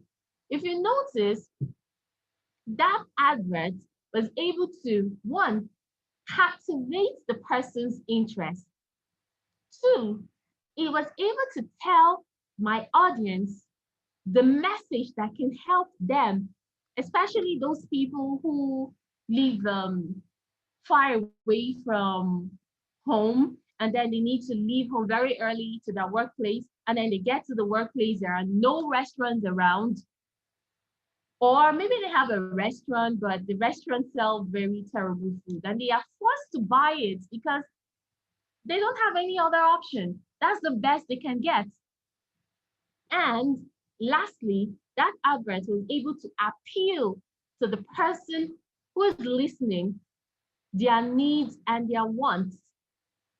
So if what you are trying to sell to someone does not appeal to the person's needs, does not appeal to the person's wants, does not appeal to the person's desire, you will be wasting your time, because at the end of the day, you will just talk, and not achieve anything. Action. Action. Be very clear and specific about what action you want your readers to take. Give them specific information about the action to take rather than leaving it to them to figure out what to do for themselves. Let me go back to my advert. I'm so in love with that advert. All right, so back to that advert. there was a call to action. I don't know if you noticed it. There was a call to action where I gave a specific information about the action I wanted them, what I want the audience to take. I don't know if you noticed. I started with, so what are you waiting for? Place your order now. I didn't say place your order tomorrow. I didn't say place it next week. I didn't say place your order whenever you feel like it. I said place your order now and enjoy quality at its best. So you have told them what you expect them to do. You've given them information as for what you want them to do. So instead of just leaving them to figure out what they would want to do at any time they would want to do it, you tell them when you want them to do it and how you want them to do it. I even went further to drop a telephone number that they could call if they have further questions or there's something else they need to know about the service and the delivery, if they want to book or something. I drop a number. It's a call to action. Told them what you want them to do and how to do it. That is call to action. If you're trying to persuade someone to do something and there is no call to action, you might just be wasting your time because you've told them what to do. And then you've told them something and then you're allowing them to figure out how they should respond to what you've told them. That is not proper persuasion. When you're done with saying all those beautiful things, and then you have all those beautiful imagery and everything, let it end with a call to action. All right, so examples of the call to action. Examples of the call to action. One, you could say, start your journey towards XYZ today. Please, that word today is very important because you're telling them when you want them to start the journey or when you want them to do that thing. You're persuading them and you're telling them when, today. Two, activate XYZ today. So you have a product, you want them to key into it, and in order for them to do that, they need to activate something and they have to do it now, today. I'm sure you've checked online, maybe you're trying to buy a product online. And then when you look through it, you see some parts where the product is displayed and what it can do and all of that. And the next thing you see is something like a time ticking. And then the next thing you see under is you are running out of time, telling you that time is of the essence. You need to do this now. If you don't do it now, the offer will finish. A lot of people will grab it and need to finish and then they'll tell you, sorry, it's over. They give you that impression that if you don't do this now, tomorrow will be too late. So time is running out. Take the action today, now, as you're looking at it, just take the action right now. Another part is when you're buying something, you can see add to cart. Put it inside the cart because you're buying it. When you put it in the cart, of course, you're going to pay for it now, so you have to put it in the cart. So when they tell you add to cart, it is a call to action. The action is pick that item, put it in the cart so that you can check it out and pay, right? That is call to action. Add to wish list. That is another one. When you add something to wish list, it means that it's something you intend to do something about. You want to have this, you wish to have it, it interests you. So they display a variety of products, make it glossy, colorful, and say fantastic things about it. And they give you a suggestion, add to wish list. That immediately tells you that you need to do something, right? That's call to action. Now, this is the one that we're very conversant with in Africa. I don't know if you've watched some movie adverts, especially Nigerian movie adverts, where they start to tell you a storyline about how the prince met a poor girl and then eventually got married, and maybe the title of the movie is Love at First Sight, Part 1 and 2. Love at First Sight, Part 1 and 2. Prince Ike meets Ada, and then they fell in love and they live happily after, something like that. And then they tell you part one and part two, and then they tell you, grab your copy now, right? Maybe I'm not saying it right, but it happens in a lot of Nigerian movies when they're trying to give you a premiere or they're trying to give you an insight into what the movie is going to be about. At the end of the whole long advert, they just tell you grab your copy now. So that's a call to action. They give you that preview and then they entice you with it. They don't show you everything. They just show you just some bits and pieces that would make you want to watch the movie. Okay, and then they tell you should grab your copy when? Now. Call to action. Very important. Very, very important. So it would be very necessary that we use these things when we're trying to persuade others to do something for us. The rhetoric of persuasion. Rhetoric means using language effectively to please or persuade someone. When speaking to an audience, the main goal of communication is to please or persuade the audience. Some people are naturally good at rhetoric, while others are not. The great Greek philosopher Aristotle proposed that there are 3 modes of rhetoric that a person can use for persuasion. These 3 modes of rhetoric are ethos, pathos, and logos. I don't know if we have come across this before. Have you come across this before? Ethos, pathos, logos. Do you understand what they mean? Well, Aristotle brought this because they are very effective, and we're going to know more about it today. Ethos. The word ethos is of a Greek origin that means the word character. Ethos in rhetoric is a show of the speaker's character or credentials. Hence, while using ethos in rhetoric for persuading a person, the speaker demonstrates his own power and authority. As per Aristotle, ethos is the most important attribute of any communication. So a speaker using ethos has to create a sense of credibility and trustworthiness for himself and in the minds of the audience. Only when the audience can trust and believe in the speaker or the writer's character, that is only when they can successfully persuade the audience. So you need to build in yourself that character. When they see you, they won't detach you from what you are preaching to them.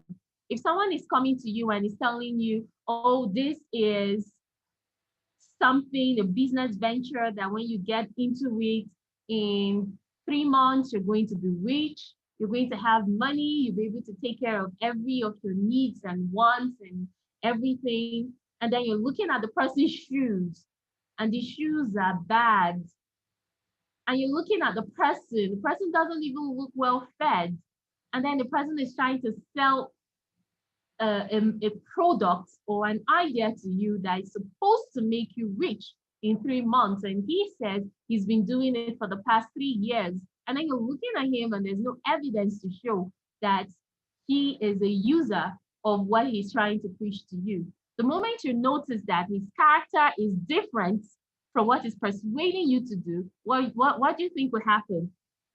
Interest will be lost.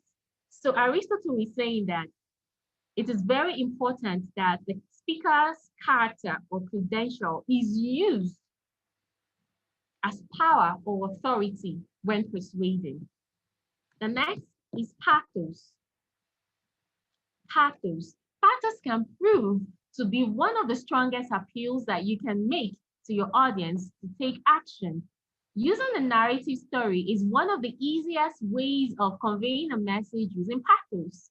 Therefore, pathos impacts both the emotional as well as the imagination of an audience. The word pathos is of Greek origin and means the word experience. Experience. Pathos is, in rhetoric, is an appeal made by the speaker to the emotion of the audience. Such emotions stirred in the audience are intended to move and motivate the audience to do what? Take action. You should use pathos effectively to move people to act on your issue. This is why motivational speakers use it a lot. They tell beautiful stories of themselves or narrate an experience of someone who was at a point A, but after taking certain steps that they are selling to you to also take, was able to move from point A to point B and live happily ever after. That is how pathos is used. That is how pathos is used. And that is why it also means experience. You have to share an experience, either a personal experience or that of the other person, and relate it with what you're persuading that person to do or what you're persuading the audience to do. Logos. Logos. The word logos is of the Greek origin that means the word reasoning or logic. Logos in rhetoric is an appeal made by a writer or speaker to the reader or listener's logical reasoning. Logical reasoning. You can use logos to add credibility to your argument when you build your argument using basic building blocks of common sense. Common sense. Yes, you heard that right.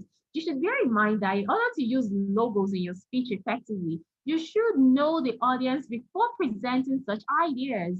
So we can say that logos can be used to appeal to the logical sense and reasoning of the audience, and this forms a basis for justifying your opinions or ideas. For us to better understand how ethos and logos can be used for persuasion, I'd like us to dive into a classic piece of English literature. I think we should use that of Julius Caesar. By the way, Julius Caesar is one of the greatest works of William Shakespeare, and it is one of my favorites. I don't know if anyone here has read the book Julius Caesar. Has anyone here read it? Julius Caesar, written by William Shakespeare. Please type in the chat room if you have read the book. Julius Caesar, written by William Shakespeare. Have you? Oh, Jason has not read it. Ah, okay. Well, it's a very, very interesting work of literature. Okay, Veronica, thank God. Veronica has read it. Okay, Joseph, you've read it too. I was thinking maybe I was the only person who have read it. Okay, so we're going to discuss something about it. Oh, David, thank you so much. You've read it. Yes, now I have people who understand me. So Jason, you haven't read it, but I'm sure because we have a lot of people who have read it, you haven't, you probably will have a little bit of problems trying to understand the narrative I'm about to give. So I would really, really strongly suggest that you find time to read the book, maybe online where you can get a soft copy of it, or you can get a hard copy of it. It's very interesting, super interesting. And I'm going to tell you how it relates to this class. Okay, so Julius Caesar is a play about the protagonist named Julius Caesar, who is one of the most acclaimed, honored, and loved leaders of ancient Rome. The play describes the assassination of Julius Caesar for his growing ambitions. When I watched the movie, sometimes I mean, everything I read in the book came alive to me. So if you haven't read the book, but you watched the movie, you're going to have the same impact. You feel the same. In the story, some of the high-ranking people of Rome, including Caesar's very best friend Brutus, believed that Caesar's growing ambitions were turning him into a tyrant. They were afraid that if Caesar was allowed to grow further and become king, he would become a dictator who would be all-powerful and reduce the whole of Rome and its people to slaves. So some of the people, including his best friend Brutus, conspired and plotted Caesar's murder.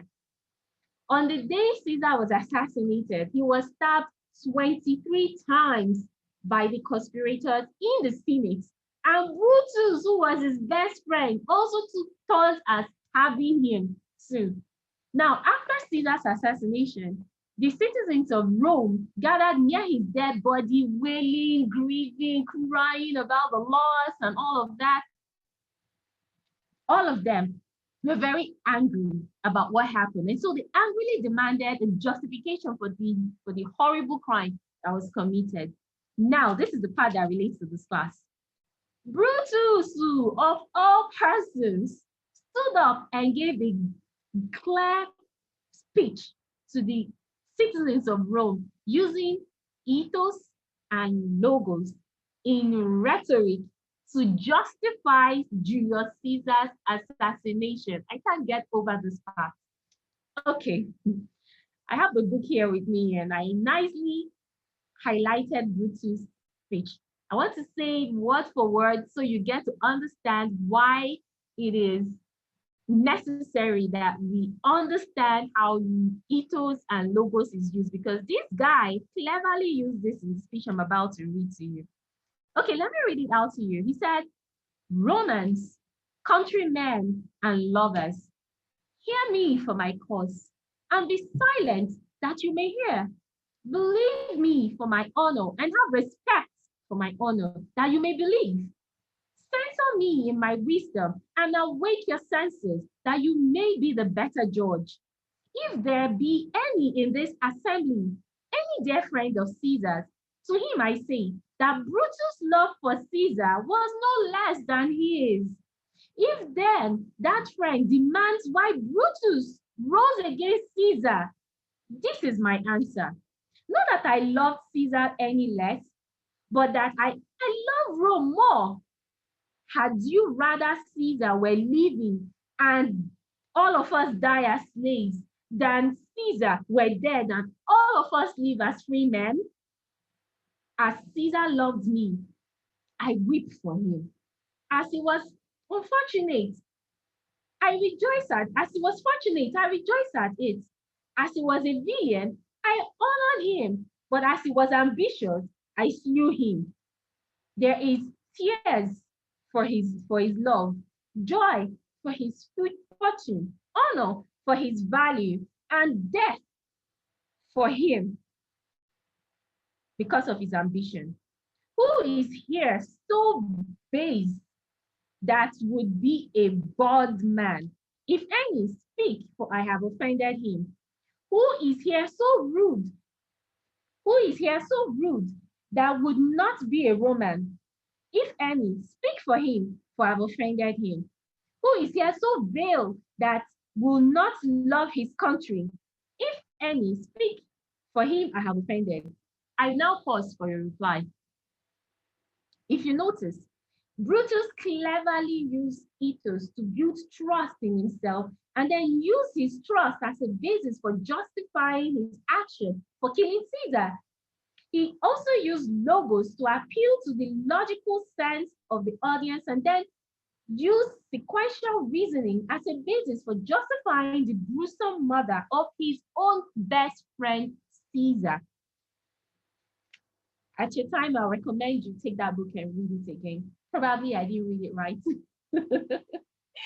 So you get a soft copy or a hard copy like I explained earlier, so you can get to appreciate this.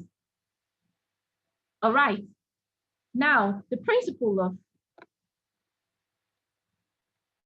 major principles of persuasion is the next thing we're going to consider now. The following are the major principles of persuasion: principle of consistency, principle of consensus, principle of reciprocation, principle of liking, principle of scarcity, principle of authority. All right, now let's take that one after the other so we'll be able to understand what this is about. I'll be rounding up shortly so I don't take so much of your time. Okay, until a person is committed, there is hesitancy, the chance to draw back and always ineffectiveness. Also, consistency is important because repetition of the same thought or physical action develops into a habit, which, repeated frequently enough, becomes an automatic reflex. Okay, when you keep doing something over and over and over and over again, it gets to the point where you don't need to remind yourself because it just happens on reflex automatically. You're now programmed to take that action or do that thing because you've been doing it consistently over time. The commitment and consistency rule states that once we make a decision, we will experience pressure from others and ourselves to behave consistently with that decision. As per this principle, a person can be pressured into making either good or bad decisions depending on his commitment and consistency of behavior. It's very important that we take note of this because consistency can either work for good or for bad, depending on how you do it. Principle of reciprocation. Reciprocation is important in order to persuade others because when you give, you receive. This is because trying to receive without giving is as fruitless as trying to reap without sowing. When the requester first presents the other person with an initial favor or initial concession, the requester will have enlisted a powerful ally in the campaign for compliance. People generally succumb to the reciprocity rule and comply with the requester's wish. The rule of reciprocation states that humans have an inherent desire to return favors. By doing a favor, you can persuade the person to return the favor in the form of agreeing with you or buying your product or services. So the principle of reciprocation is something that I'm sure that we all understand. Have you ever experienced this before? Have you noticed that people tend to be loyal to those who they receive something from? It's just human nature. People reciprocate love, respect, kindness, and other things like that. And this can be used as a subtle form of persuasion to get a person or an audience to do something in your interest. When you give something and the person is enjoying the fact that you're giving him something, and you ask the person to do you a favor without even thinking twice, because the person is used to receiving and receiving and receiving, the person would just do anything you ask them to do. Just like that. It's human nature. Principle of liking. An important principle of persuading people is that leadership comes through respect, and a large part of respect comes from liking someone. If you don't like someone, the person will not inspire respect in you at all. Whatever the person does, you're just looking at him like, what is he even saying? What is he doing? Because you don't like him. So whatever he does, you won't like it either. So first step is try to be liked. You don't have to go out of your way and do things that you shouldn't do because you want to be liked. No, but it's something you do subtly, gradually until you get there. A large part of respect comes from liking someone, okay? So this is important. This is because each man is led by his own liking. The principle of liking says that people will say yes more often to those they like. When they don't like you, before you even say anything, they say no because they don't like you. And when they don't like you, they don't like anything you have to say or do either. Okay, so if there was a situation of choosing who would likely follow your request between a complete stranger versus a friend, you can be very confident in knowing your friend is more likely to comply with your request than the stranger. Principle of liking, very important. People will like you because you're physically or intellectually attractive, or maybe you're in the same group or affiliation, class or association, or maybe you all share similar interests. You have certain similarities, then the bond will be there. They will like you. So you don't have to try too hard or go overboard in trying to be liked. Principle of consensus. It is said that humans are like sheep. of which a flock is more easily driven than a single one. The sixth principle of persuasion, consensus, states that people look to others and follow what they are doing. Hence, in order to persuade people, it is better to create an impression and persuade the mass of people to follow you, which leads the other people to follow you automatically. Well, that's what happens with Twitter, Instagram, even Facebook. They have that feature where, people like and then follow you. People can't just like your page and start following you when you don't have anything that appeals to them. So if they don't like you or your content or what you have to offer, they won't want to follow you. If they don't find you attractive or what you have to offer as a solution to a problem or an avenue to get information, maybe social or whatever it is, they will not like you and will not even follow you. So this explains why there is something like mob action. As an individual, it will be very hard to execute judgment on an offender. But as a group, properties can be vandalized and be destroyed, or a movement can be established because you're doing it together with people who share common interests with you. So the principle of concession works because of human nature. Humans, like they said, are like sheep, that you have to drive them as a flock. As a flock, it's easy to coordinate the sheep. But as a single sheep, it might not just be so easy. Principle of consensus. Now, principle of scarcity. The principle of scarcity states that we are more easily persuaded when the resource is limited. The primary reason scarcity is so effective for persuading people is that generally we're more motivated by loss than gain. Scarcity implies rarity, high quality, and high demand, and all influences that increase our demand for the resource. You can adapt the same scarcity principle in everyday conversation for persuading people. Tell the person there is limited time, a rare opportunity, or high demand because it is popular. The principle of scarcity is largely responsible for panic buying. Last year, I'm sure you remember, panic buying pushed a lot of people to stock food and other supplies in their pantries. I don't know if you did the same thing too, with the whole COVID-19 situation and a lot of people speculating a lot of things. A lot of people went into serious panic buying. Serious panic buying. You probably did the same thing too, right? Am I right? You remember the last time there was fuel scarcity here in Nigeria? A lot of people suffered a lot just to buy fuel. Some stayed in long queues for hours on ending before they were able to get fuel.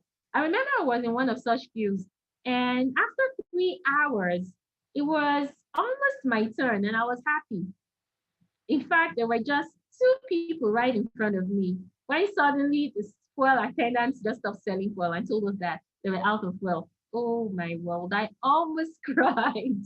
I was ready to pay any amount to buy fuel at that instant because they said they were out of fuel.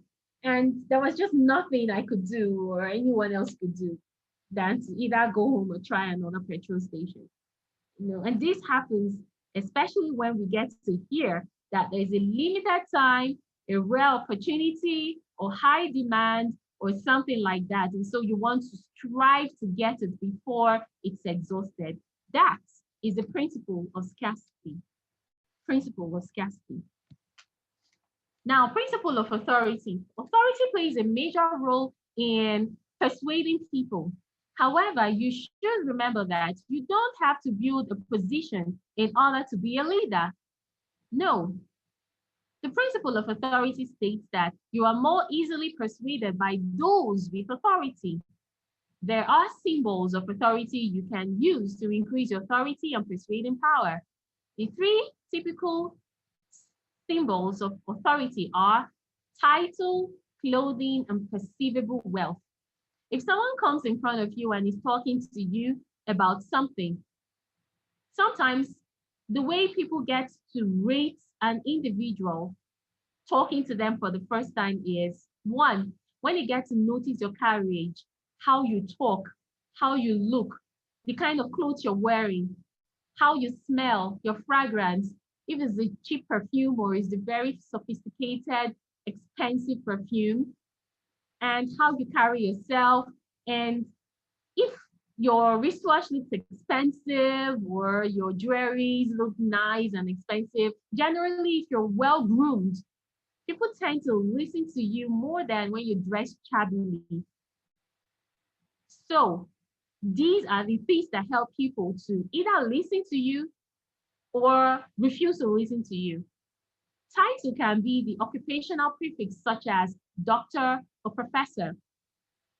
The second symbol of authority is clothing, which consists of all the clothing a person wears, from the shoes to the wristwatch, to your jewelries, to how you look, the kind of clothes you wear, your smell, and all of that. Lastly, perceivable wealth can consist of the respective person's house, jewelry, business, and any other wealth the person being persuaded can see. So if I'm trying to persuade you to do something and I start telling you that I'm the manager of XYZ petroleum company, you immediately put me in that pedestal that, wow, if she's working in an oil firm, then that means that she should have a lot of money because they pay a lot of money there, right? You start looking at me from that category. But if I tell you, you know, I'm an applicant, I've been looking for a job for the past 6 years after graduation, I haven't gotten a job, the way you look at me will drop from that height to this height. It drops because you look at me like you really would not get a lot from me, or there's really nothing to gain from me. What if you visit my house? Or maybe you come to my house and the moment you enter, you see it face me and face you apartment with a lot of chicken in front of the house, and maybe they're rearing goats at one side and the whole place is looking upside down. You just look at me again and look at my house. However, whatever it was I must have told you earlier about me and everything might just change because of the way my house is or the location of my house. But if I take it to where I live and you're looking at this beautiful edifice, nicely arranged landscape with flowers everywhere and some cars littered around the compound, before entering, you have this high regard for me without even knowing if that is my uncle's house or if it's a rent, if it's a friend's house, I'm squatting there or anything. You probably wouldn't even think about it. You probably start looking at me from that light of sophistication. Okay. Now these things are they're very subtle, but they could be very persuasive. And people use this a lot to their advantage. How to persuade others? It is important that you should create a good impression of yourself among others in order to be able to persuade them. The world forms its opinion of us largely from the opinion we have of ourselves. The following are a few ways through which you can create a good impression. 1, learn to communicate effectively. 2, don't try to be perfect. We're all imperfect. So trying to be perfect would give the impression that you are trying too hard and you're fake.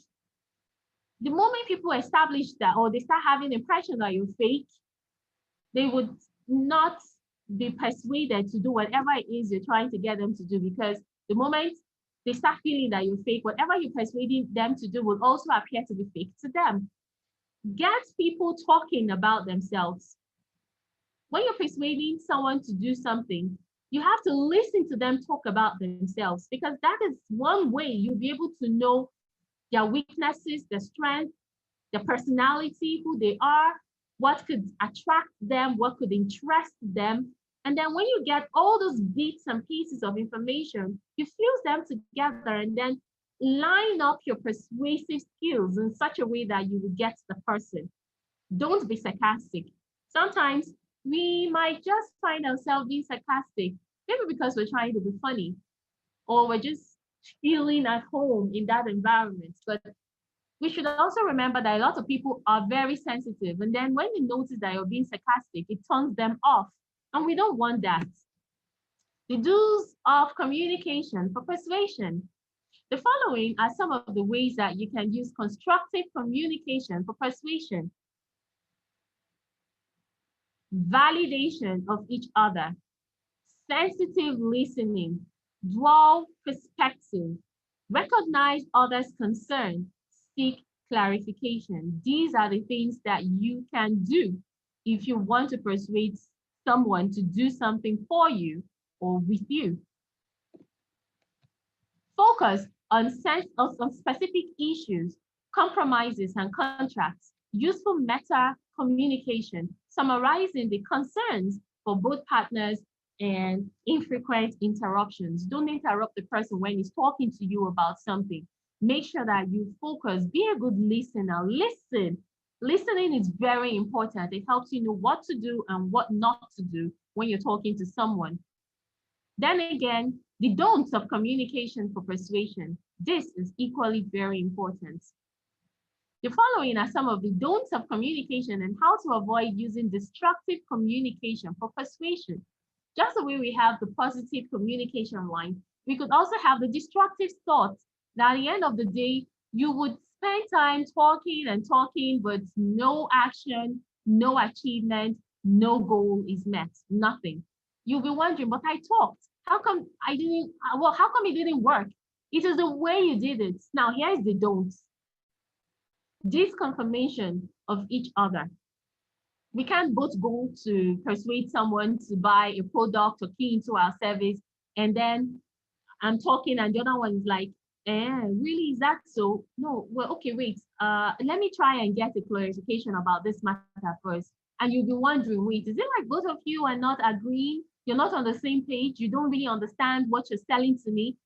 So how come you're now coming to sell it to me when you both are not on the same page? You have killed that energy. Please don't do that. Poor listening. When you're communicating with someone and the person feels that you're not listening properly, it kills the interest immediately.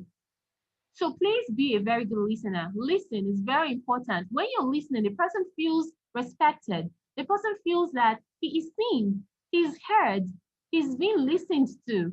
It goes a long way in helping the person to, it goes a long way in helping you, not even the person, it goes a long way in helping you to persuade that person to do what you want them to do because you have gotten them by listening. Preoccupation with self. Now I'm talking to you and I'm telling you nice things about myself, and everything I'm talking about is me, I, me, I. At the end of the day, person will wonder, wait, I don't understand. Are you advertising yourself or what? You have a product. Why don't you concentrate on it? Why are you all about me, I? It's not a good way to market a product or persuade someone to do something for you. So instead of me, strike a balance, graft that person in. So the person will also see how he can benefit from what you're saying or what you're persuading them to do. Cross-complaining, always complaining about one thing or the other and not seeing anything good in what another person is doing, except the person keys into your idea. That is when everything is going to be okay. Please don't do that. It kills business. Hostile mouth reading. You tend to believe you can read someone's mind. That's not good for business. It's not even good in the family. Allow the person to say what he needs to say. Don't jump into conclusions without hearing what that person has to say. It is wrong. Don't be a mind reader. If you do that, it is a big no for communication. Frequent interruption. Now I'm talking and the person, no, the person is talking and then I'm frequently interrupting and I'm like, no, that was not how it happened. Okay, yes, it happened that way. Allow the person to finish. When you keep interrupting, the person would feel disrespected and it feels like you're not really listening because you're always interrupting. It's a bad habit. And people who do that very often do not have good relationships with the people they do that with. So if you have the habit of constantly interrupting people when they're talking, that is a big no in communication. Everything is thrown in. As you're talking, everything is thrown in, counter proposals, excessive meta communications, self-summarizing. These are no's in communication. Now, quick one. Let's quickly look at the tips for effective communication for persuasion. This is the last for my class today. Okay, now let us consider the tips for effective communication for persuasion. One of the things you need to do for effective communication in persuasion is show grace when appropriate. Let the person see that you're graceful. The way you carry yourself, the smile on your face, your body language, and all of that, you show grace. Do that when appropriate. Don't come across like you're flirting. There's a huge difference between acting with a lot of grace and flirting. You don't flirt when you want to be an effective communicator. No, show grace instead. Grant forgiveness, so put down aside your own needs if possible. If someone has offended you, but then you know that the person is going to benefit from something you want that person to do, and you too, you also have your own benefit as well. You have to learn to let go. Grant forgiveness. Put aside your differences if possible so that you'll be able to achieve your aim, achieve your goal. And at the end of the day, both of you will benefit from it immensely. It doesn't mean that you have to be best friends, no. But you have something, you have a target, you have a focus. And in order to realize that target and focus, you need to grant forgiveness, put aside your differences, and then do the needful. Honor yourself, your audience, and the relationship. Yes, you have to honor yourself and the audience. And when you're doing that, you have to put in mind that you are establishing a certain form of relationship, and you don't want to spoil that with bad communication. Aim for win-win discussion. When you're starting off a conversation and you know that you're going to introduce persuasion, you want that person to agree with you, you want that person to campaign for you, you want that person to key into your ideas and your thoughts and do something. You have to ensure that at the end of the day, that person will also get a certain level of benefit as well. So it's not all about you. Think about the other person. When the other person knows that at the end of the day, he also gets something to benefit from it, he will be more interested, he'll be more inclined to listen, he'll be more inclined to participate and do what you're asking that person to do. Don't be hostile. You don't need to coerce the person. Just establish that win-win basis in the conversation and see what happens then. Because that way you've been able to captivate that person's interest. You help that person to see that he has his own benefits. At the end of the day, he's going to have something that will be accrued to him. It will help him to be more inclined to listen, to take action. Win-win situation. Use bracketing to keep the discussion focused. Okay, don't stray out and start deviating and talking about other things that are not related to the subject matter. No, you will kill the interest of the person. Don't do that. It's a big no. Be flexible. Don't be rigid. Don't be rigid. I know you have something you need to say. Your focus is to persuade the person to do something, but why are you asking that person to do it? Be flexible. When the person says, what if we could do this? How about we can do that? Don't say no. If it's not my way, then it's the highway. If you do it, you kill the interest. Even if at the end of the day, you want that person to do what you want them to do, be flexible. Listen to what that person is saying. Then try and see if it is adjustable, what your plans are. If your plans are adjustable. If they are not, kindly, softly tell that person how it will not work if you told the person's idea or if you do it the person's way. Okay, but if at the end of the day doing it that person's way will still give you the same result, why not do it? You're being flexible. Both people should be psychologically present and not rushed. Don't start telling the person, oh yeah, quick, quick, do this. No, no, no, right now.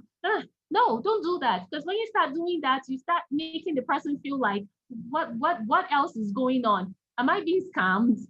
Guard against making people feel like you're persuading them to do something because you want to scam them. No, don't do that. You have to be subtle in your approach. You have to be delicate, treat them nicely. Don't rush them. Remember we said earlier that persuasion is not just an art, but it is science. It is science. If you get to understand the science behind persuasion, then you'll be able to do things right. Manage time during discussion effectively. Don't start talking and talking and talking on ending without knowing that the person has other things he needs to do. Don't get carried away because you love the sound of your voice and you keep talking and talking. Respect the fact that they also have other things that they need to do. So when you make your point and you elaborate on it in a very reasonable form, you let it slide. Allow that person to think about what you've said, to meditate on it, and then choose the action that she can take. Don't force them. Don't let them feel like they've been forced to do anything. So manage your time effectively. Focus on the overall communication system.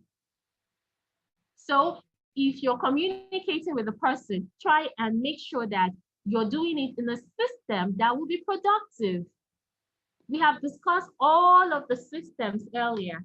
So it will be very important that you go back to what we've discussed earlier, and then you see about some of the things that you can take out of it to make you a better communicator, a better persuader, and someone who has a very high emotional intelligence. Because at the end of the day, if your emotional intelligence is low, there's just no way you can get anyone to do something without getting into trouble, especially when you're trying to persuade them. Effective persuasion requires high level of emotional intelligence because it helps you to know not just what to do, but also how you can effectively do it. So with this, we have come to the end of the class. Do we have any questions? I have been able to summarize the class, told you what we have done earlier. Bit by bit, we have talked about persuasion, we have talked about the skills of persuasion, we've talked about the tips, we've talked about Aristotle and what he propounded about the use of ethos, logos, and pathos. We've talked about the AIDA and why it is very important that we use the AIDA technique when trying to persuade people.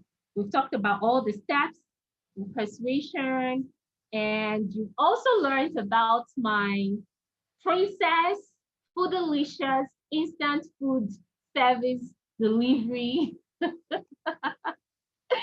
and how to make an effective, captivating advert to ensure that at the end of the day, you get good results, right? Okay, so we've learned a lot in this class, and I am stopping here. Please, if you have any question, please let us know so that we can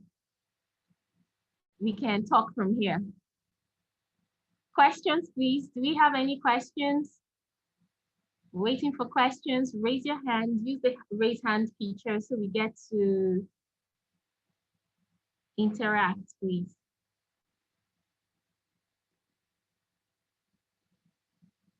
Okay, no questions.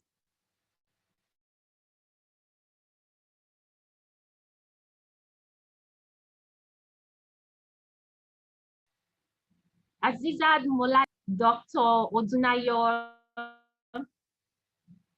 Battery, Poma, Jason, Joseph, Magnus, Oche Patrick, Veronica, Rose, Victor, do you have questions for me? All right.